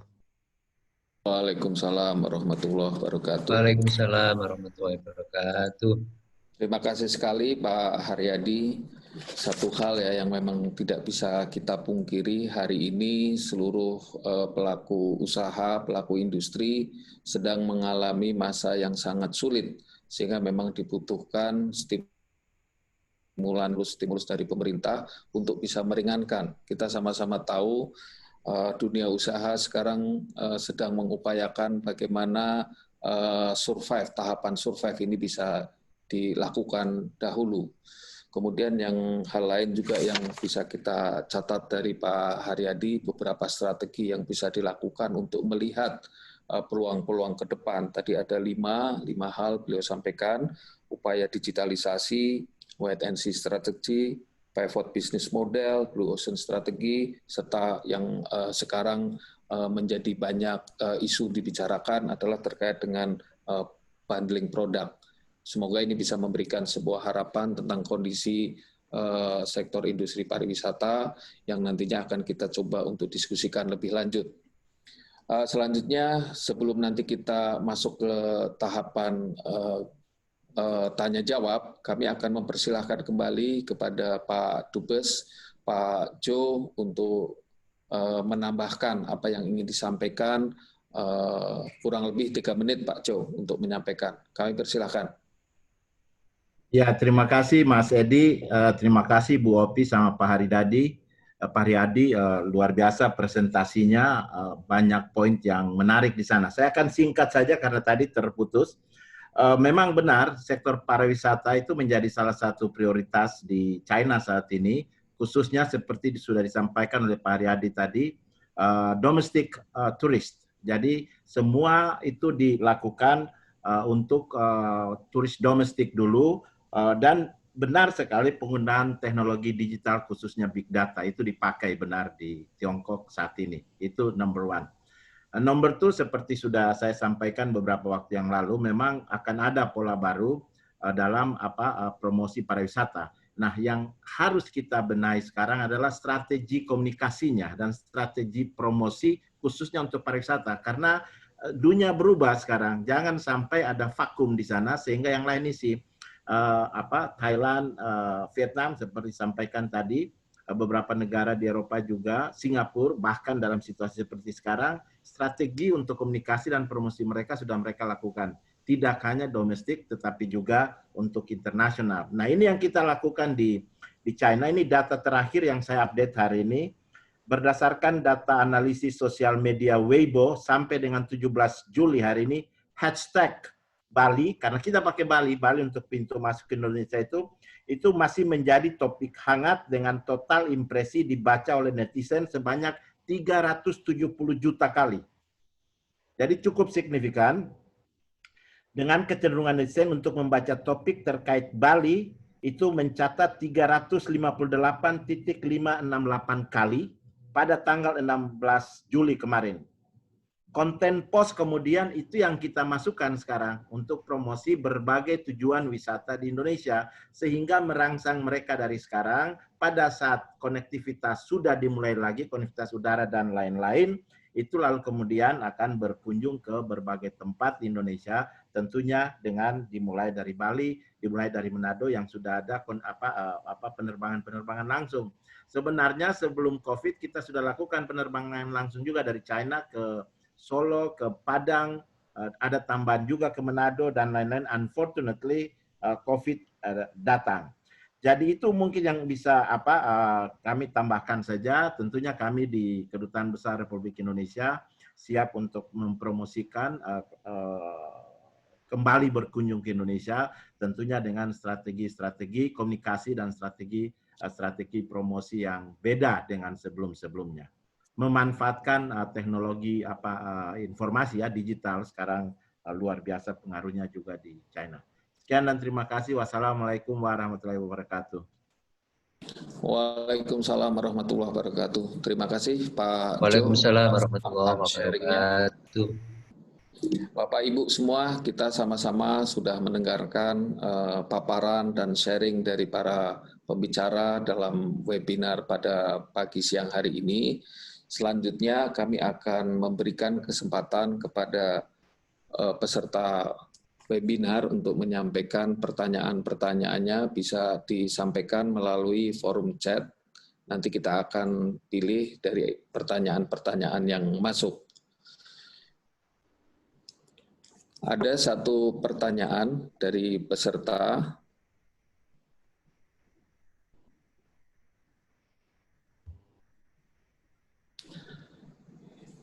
Saya bacakan pertanyaannya. Ini pertanyaan dari Tati Mulyati. Ya. Ini ada pertanyaannya cukup panjang, ada di forum chatting, tapi saya akan mengambil substansinya saja. Ini pertanyaan disampaikan untuk Pak Ferry, kebetulan Pak Ferry masih ada. Jadi pertanyaannya cukup menggelitik. Bagaimana antisipasi, bagaimana antisipasi terhadap dampak kemungkinan kegagalan new normal yang meliputi 4 aspek yang tadi sudah Bapak sampaikan. Sebagai contoh disampaikan penerapan PSBB saja di Surabaya itu sangat sulit. Jadi mungkin ini memang satu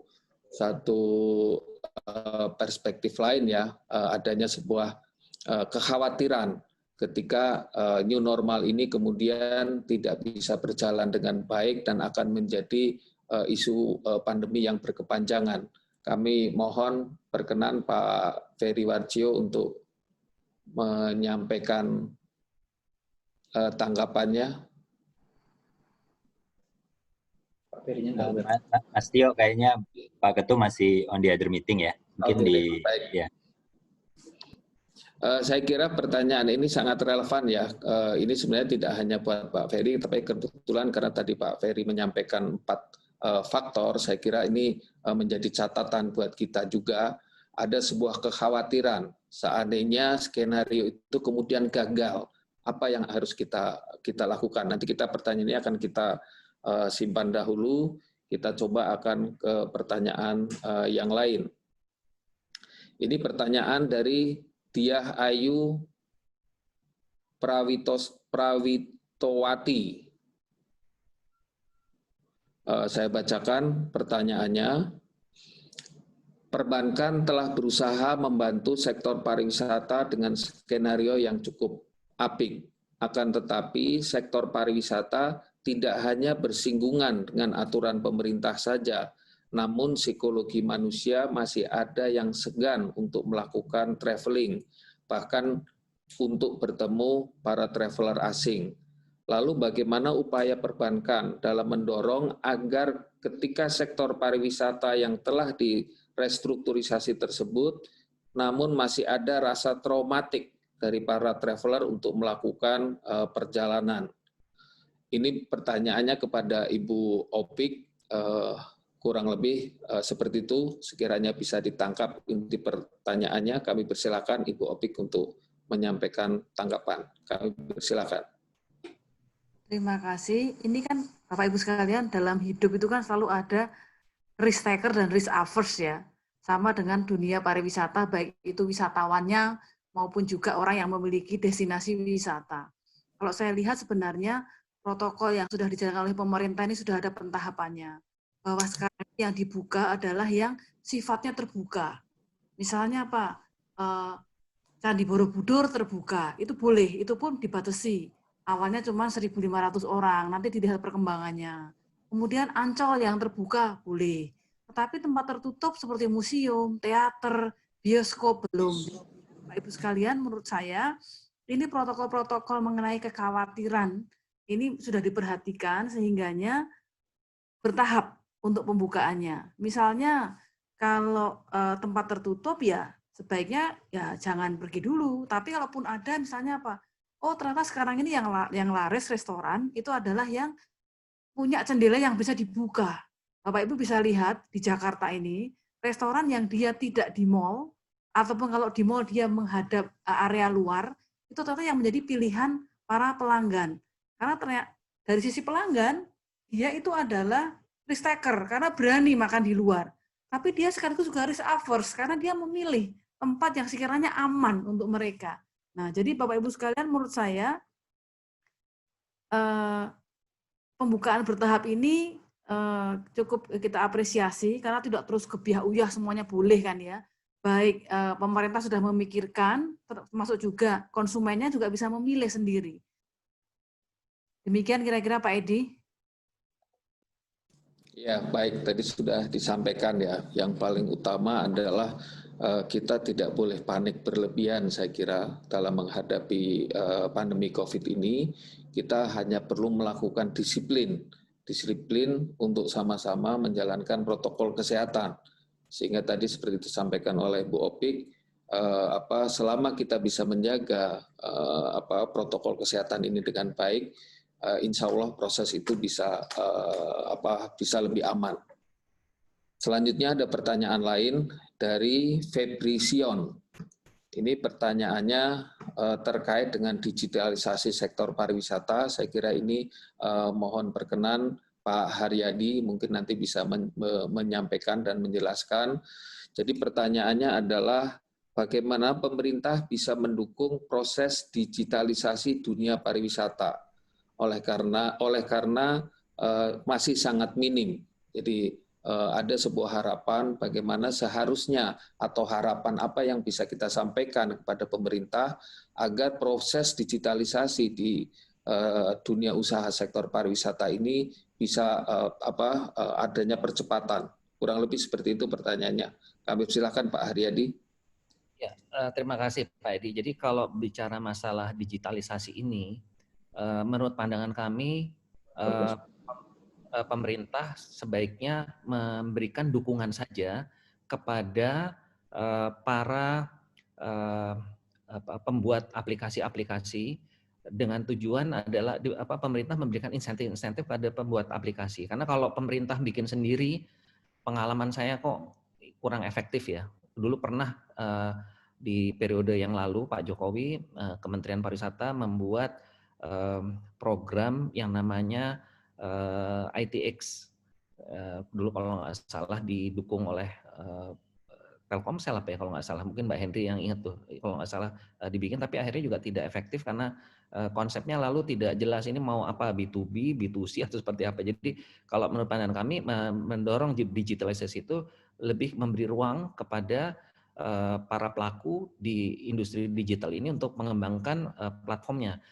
Contohnya kemarin saya dihubungi oleh salah satu pembuat platform untuk desa wisata. Jadi itu juga sangat menarik sebetulnya, intinya seperti online travel agent tapi ini khusus untuk desa wisata dengan berbagai turunan feature-nya gitu. Contohnya seperti itu. Jadi menurut pandangan kami arahnya ke sana, pemerintah mendorong, memfasilitasi dan biar tumbuh lebih banyak lagi para desainer untuk aplikasi ini. Demikian Pak Edi. Terima kasih Pak Haryadi. Jadi tadi juga sudah disebutkan terkait adanya program ITX, karena ini juga sudah diinisiasi oleh pemerintah meskipun prosesnya tidak seperti yang kita harapkan. Sebelum kita lompat ke pertanyaan lain, karena urusan digitalisasi ini sangat penting sekali. Kebetulan ada ada Bu Ganti. Tutup. Ada Bu Hendri Saparini. Mohon berkenan Bu Hendri Saparini bisa sedikit menambahkan tentang proses digitalisasi yang sudah diinisiasi oleh pemerintah. Kami persilakan Bu Hendri. Terima kasih Mas Tio. Saya rasa apa yang dilakukan oleh pemerintah memang inisiatifnya sangat banyak Mas, termasuk juga tadi untuk tourism tadi ya. Beberapa BUMN juga sudah melakukan itu, hanya seperti tadi disampaikan, rasanya hasilnya dan progresnya kurang begitu cepat. Nah sekarang pasti harus ada pilihan ya, karena pilihannya bisa inisiatif itu dilakukan oleh pemerintah lewat BUMN-nya, atau sangat mungkin itu adalah inisiatif-inisiatif yang ada dari masyarakat. Ya, karena dari masyarakat ini mereka jauh lebih tahu, seperti tadi Mas Haryadi sampaikan, pariwisata yang akan mengembangkan desa lewat digitalisasinya sangat berbeda dengan karakteristik wisata yang lain. Nah, jadi mungkin untuk menjembatani ini dua-duanya akan bisa dilakukan, ya, untuk mendorong tadi bahwa sebenarnya anak-anak kita, para pemuda ini juga memiliki banyak sekali inovasi untuk mendorong pariwisata sesuai dengan karakteristik di masing-masing wisatanya. Mungkin gitu Mas. Ya, tadi sudah ditambahkan ya, bagaimana kita tahu inisiatif sudah banyak diberikan oleh pemerintah, memang dibutuhkan peran aktif semua pihak. Kita tidak bisa untuk pasif ya, semua pihak didorong untuk sama-sama berpartisipasi dalam proses digitalisasi ini. Tapi yang paling penting dan kita garis bawahi bahwa digitalisasi di sektor pariwisata ini sudah merupakan satu keharusan ya, yang harus kita jalankan ya. Kurang lebih begitu ya Bu Hendri ya. Iya. Boleh saya tambahkan Mas Edi? Silakan Pak Jo. Saya sepakat sekali dengan apa kesimpulan tadi dan apa yang disampaikan oleh Pak Haryadi juga, karena ini berangkat dari apa yang saya lihat di China dan kita alami di China, itu memang semua itu diserahkan kepada quote-unquote swasta di sana, dan itu perkembangannya itu sangat signifikan.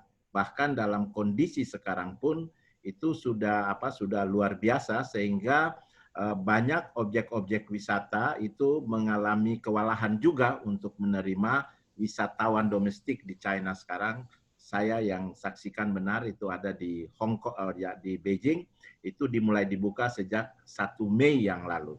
Jadi luar biasa, tetapi dengan pembatasan, karena itu saya bilang tadi strategi komunikasi dan strategi promosinya, dengan dibatasi misalnya ruang terbuka yang begitu banyak diminati. Kalau di China itu, di Beijing itu adalah Forbidden City dan Great Wall, itu dibatasi jumlahnya, tetapi karena semangat wisatawan domestik untuk datang, lalu daerah-daerah yang jarang dikunjungi, bahkan kemudian itu dipromosikan melalui digitalisasi yang ada di tempat-tempat tersebut. Jadi itu bisa tersebar ke berbagai banyak lokasi wisata yang ada di Beijing. Case of point saya di sana. Begitu juga restoran-restoran seperti itu. Jadi memang strateginya yang harus kita lakukan secara tepat dan benar pada saat ini, khususnya di Indonesia, karena minat wisata di Indonesia saya kira juga cukup tinggi apabila ini sudah selesai ataupun dalam situasi COVID seperti saat ini. Saya baru dari Surabaya, semalam saya lihat, saya tinggal salah satu hotel di sana, dan hotel itu okupansinya cukup tinggi. Saya tanyakan kenapa berkunjung ke Surabaya pada saat sedang zonanya cukup merah juga, dan ini mereka bilang kita stres juga di tempat lain Pak, jadi kita ingin ke Surabaya. Jadi even though tadi ada yang sampaikan risk taker tadi, Ibu Opi saya kira, ada orang-orang juga seperti itu, dan saya lihat di angka turis yang berkunjung ke Indonesia dari China, walaupun dalam situasi COVID berkurang 72% dibanding tahun lalu, and yet tetap ada, berarti ada risk taker juga dalam konteks ini. Begitu kurang lebih tambahan dari saya. Baik Pak Jo, ini sekaligus menambah karena ada pertanyaan dari Mbak Selvi. Ini pertanyaan kepada Pak Jo, yang kurang lebih pertanyaannya adalah bagaimana upaya atau kemudahan-kemudahan yang akan diberikan oleh KBRI di Beijing untuk semakin mendatangkan wisatawan dari Tiongkok ke Indonesia ke depan.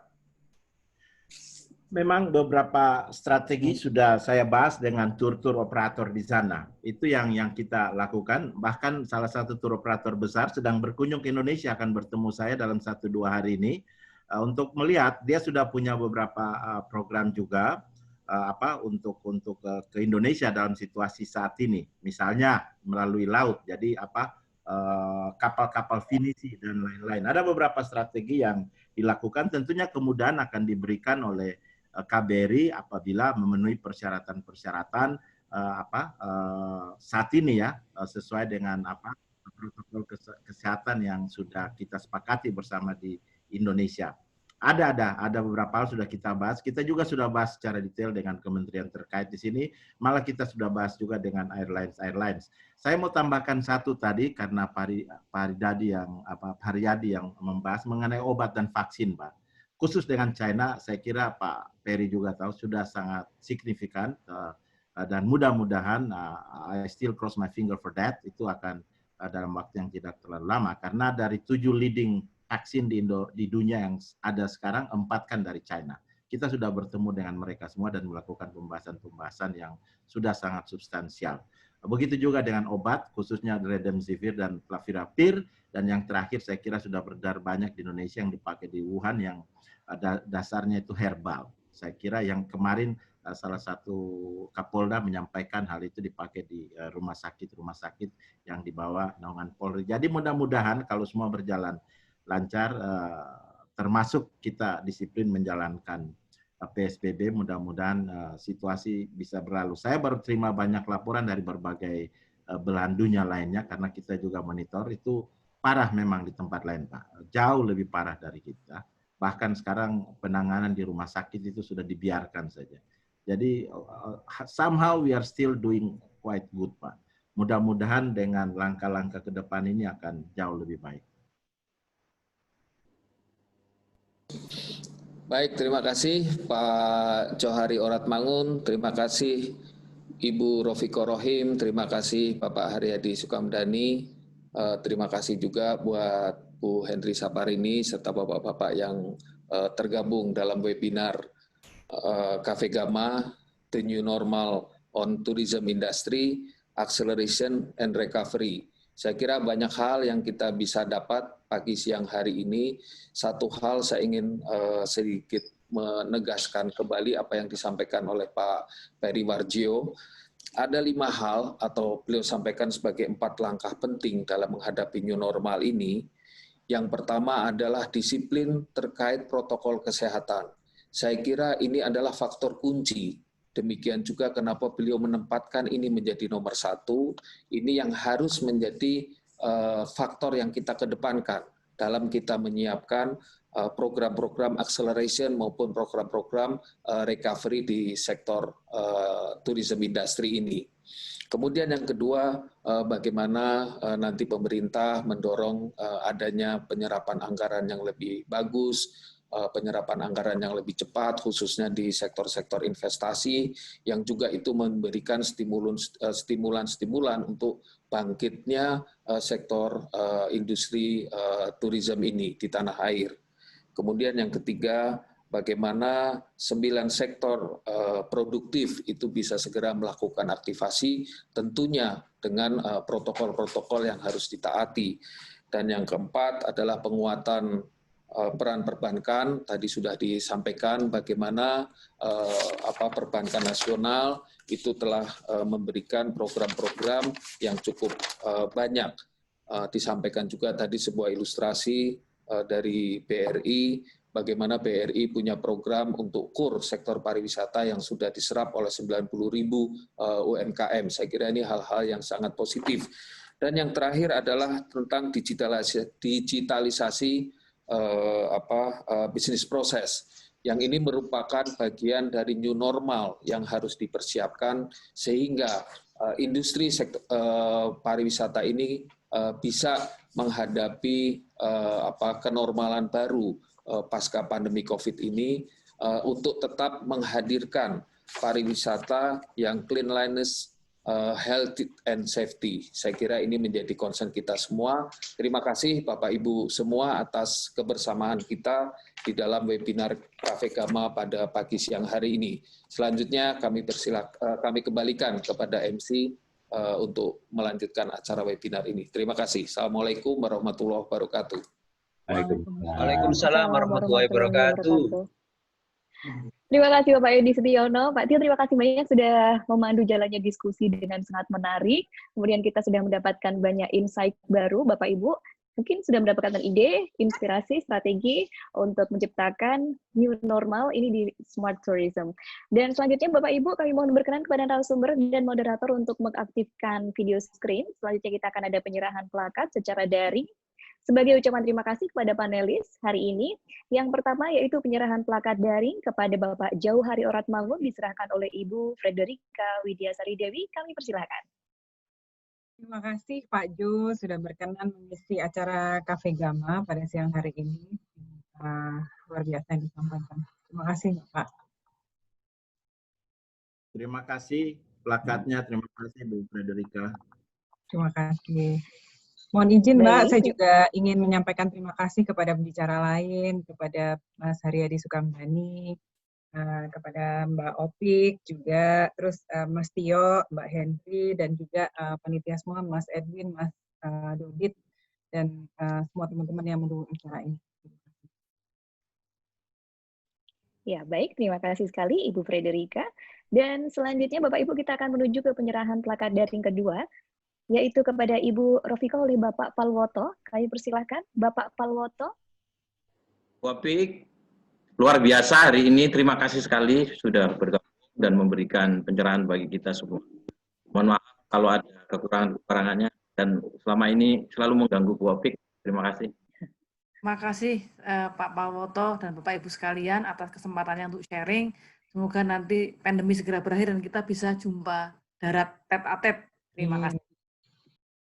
Amin. Amin. Terima kasih Bu Opik dan juga Pak Palwoto. Selanjutnya penyerahan plakat daring ketiga, yaitu kepada Bapak Haryadi Budi Santoso Sukamdhani akan diserahkan oleh Ibu Henry Saparini. Kami persilakan. Mas Haryadi, matur nuwun sekali untuk catatan kritisnya dan juga analisa-analisanya sangat bermanfaat tidak hanya bagi Cafe Gama tentu saja, tapi juga perbaikan kebijakan dari pemerintah. Matur nuwun, Mas. Sami-sami Mbak Hendri, terima kasih Pak Ferry dan Bapak Ibu sekalian, pengurus Cafe Gama memberikan kesempatan saya join di webinar ini. Matur nuwun.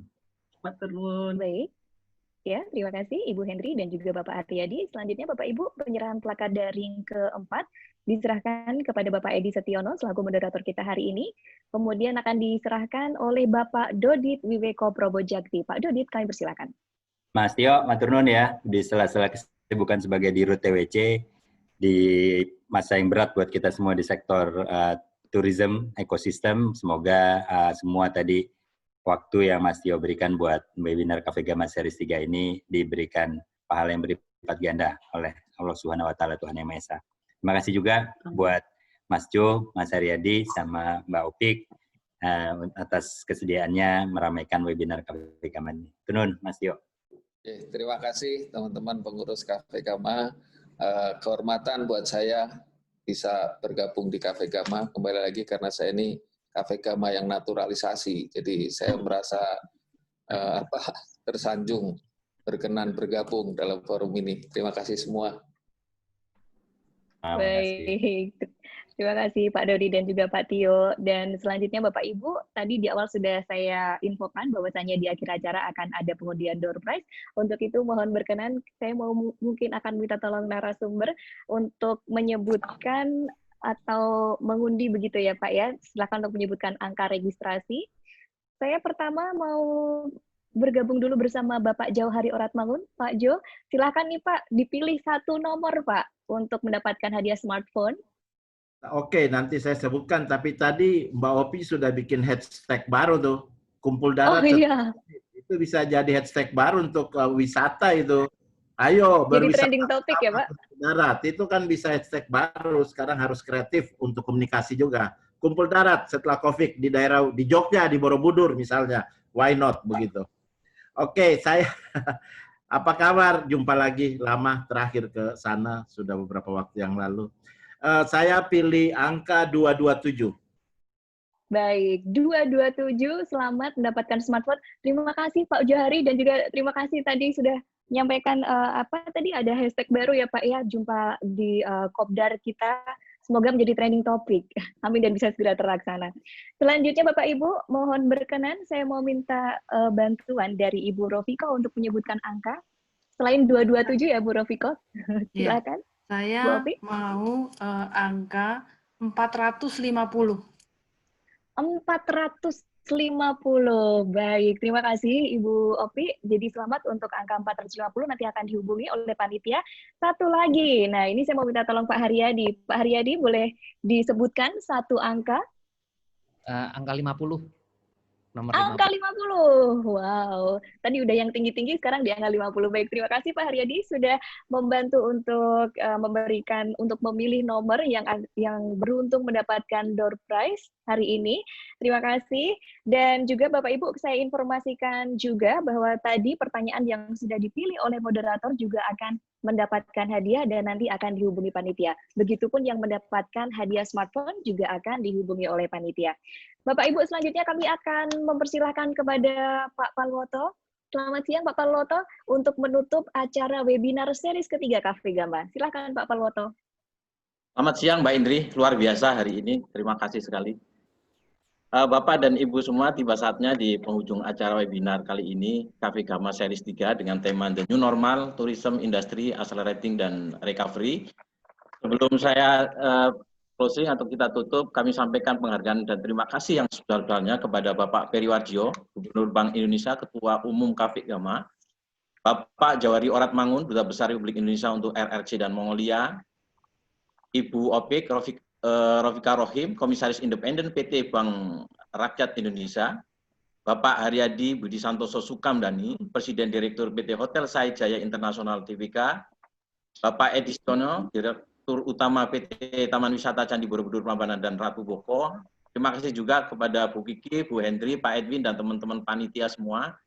Kami juga dalam seminar ini mengucapkan terima kasih sekali kepada para sponsor yang telah berpartisipasi dan mendukung pada acara hari ini. Antara lain kepada Bank Tabungan Negara, kepada Bank Mandiri, Bank BCA, Bank BRI, Mitratel, Waskita, Telkomsel, Taspen, Petrokimia Gresik, Bank BNI, Angkasa Pura I, Angkasa Pura II, Utama Karya, Dana Reksa Sekuritas, Bursa Efek Indonesia, dan ini perusahaan saya di mana jadi direktur di PT TWC. Sekali lagi terima kasih, semoga kesehatan dan kebahagiaan selalu menyertai Bapak dan Ibu semua. Mohon maaf kalau ada kekurangan. Sampai berjumpa kembali pada kegiatan Cafe Gama selanjutnya. Ikuti terus di Instagram resmi kami di Cafe Gama di @cafegama_official untuk informasi terupdate seputar Cafe Gama. Terima kasih. Wassalamualaikum warahmatullahi wabarakatuh. Waalaikumsalam. Waalaikumsalam warahmatullahi wabarakatuh. Warahmatullahi wabarakatuh. Terima kasih Pak Palwoto yang sudah menutup webinar series Cafe Gama ketiga, dan beliau adalah sebagai ketua webinar series Cafe Gama ketiga. Sekali lagi terima kasih Pak Palwoto.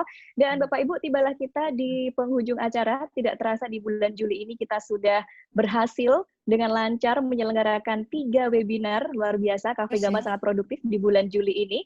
Dan saya informasikan juga untuk hari Rabu 1 Juli kemarin sudah terselenggara webinar dengan tema Navigating the New Normal 2020, Monetary, Fiscal, and Financial Strategy. Kemudian tanggal 6 Juli 2020 juga sudah terselenggara dengan tema Shifting COVID-19 Aftermath, Accelerating Digital Finance and Economy. Dan hari ini baru saja kita ikuti bersama webinar dengan tema The New Normal on Tourism Industry, Acceleration and Recovery.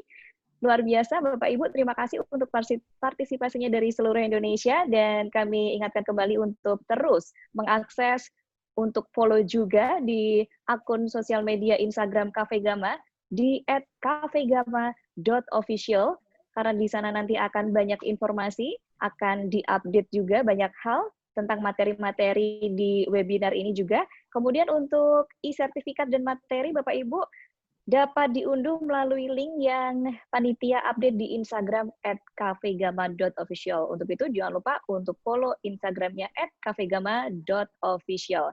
Sekali lagi kami sampaikan terima kasih kepada semua yang telah berpartisipasi dalam acara hari ini. Kami sampaikan terima kasih kepada para sponsor yang sudah mendukung. Terima kasih kepada Bank BTN, Bank Mandiri, Bank BCA, Bank BRI, Mitratel, Waskita, Telkomsel, Taspen, Petrokimia Gresik, Bank BNI, Angkasa Pura I, Angkasa Pura II, Utama Karya, Maybank, Dana Reksa Sekuritas, Bursa Efek Indonesia, dan TWC. Akhirnya Bapak Ibu, atas nama seluruh panitia penyelenggara, saya Indria Sastrotomo sebagai MC, mohon maaf yang sebesar-besarnya bila ada kata-kata atau candaan kami yang mungkin kurang berkenan bagi Bapak Ibu hadirin. Terima kasih. Wabillahi taufiq wal hidayah. Sampai jumpa pada kegiatan Cafe Gama selanjutnya, dan wassalamualaikum warahmatullahi wabarakatuh. Terima kasih. Waalaikumsalam. Terima kasih Mbak. Terima kasih semua. Sama Bro Edwin, 3 berhasil. Terima kasih Mas Dodi, top Thank you, banget Kiki. Mas Edwin. Terima kasih Mas Palwoto sama Mbak Henry. Terima kasih Ibu ya, Frederika, semuanya. Terima kasih Bang semua. Henry, terima kasih Pak Pak Dodi, Edwin, Oke. Pak Dodi, Pak Palwoto, Pak Tio. Ya, Pak Dodi itu Pak tetangga saya loh Pak. Iya. Terima Tahu, Mbak kasih Opik. Bapak Jauhari. Iya. Masa ketemunya di udara Mbak Opik? Iya. Iya, Dekat masjid rumahnya Pak Dodi. Ketemu di Iya, masjid. satu RT kita. Siap, Oh, Mbak Opik. Sekarang Monggo pamit dulu, terima kasih. ketemu darat segera gitu. Di Borobudur. Pak Jo keingetan nggak waktu ada attack Amerika Bapak? Waktu itu masih kandidat doktor. Iya, Ingat, betul Bapak. lupa aku. Itu tahun 2001 bulan September. Iya. Waduh, luar biasa. Saya nginapnya Monggo Bapak Ibu sekalian. kamarnya beda. Iya. Monggo, terima kasih. Selamat siang. Terima kasih. Ibu Opi. Dengan syukuran dari Bro Edwin. Ya, Mbak Kiki ya. Asik. Terima kasih Dubes Pak ke Jo. Borobudur ya Pak Dubes ya. Ya, itu Pak Borobudur. Mas Tio, salam kenal Mas Tio. Pak Dubes, kita protokolnya benchmarknya ke ini ke Disneyland Shanghai. Kita lihat mereka yang lakukan seperti apa, kita terapkan di Borobudur, Pak. Tip, boleh. Nanti kalau sudah ada penerbangan lagi ke sana. Terima kasih Ya. Pak Dubes. Oke, makasih semua. Terima kasih semua. Assalamualaikum. Waalaikumsalam. Terima kasih. Makasih. Terima